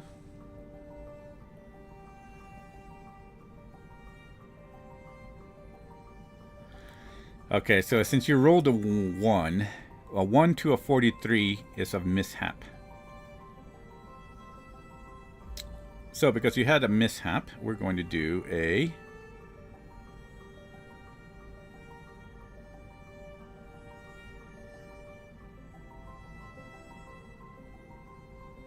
Oh, jeez. Okay. So, everybody takes 18 force damage. That's in the wagon. And...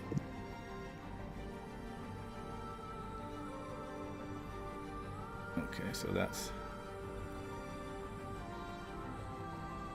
D8. Now I gotta roll a D8.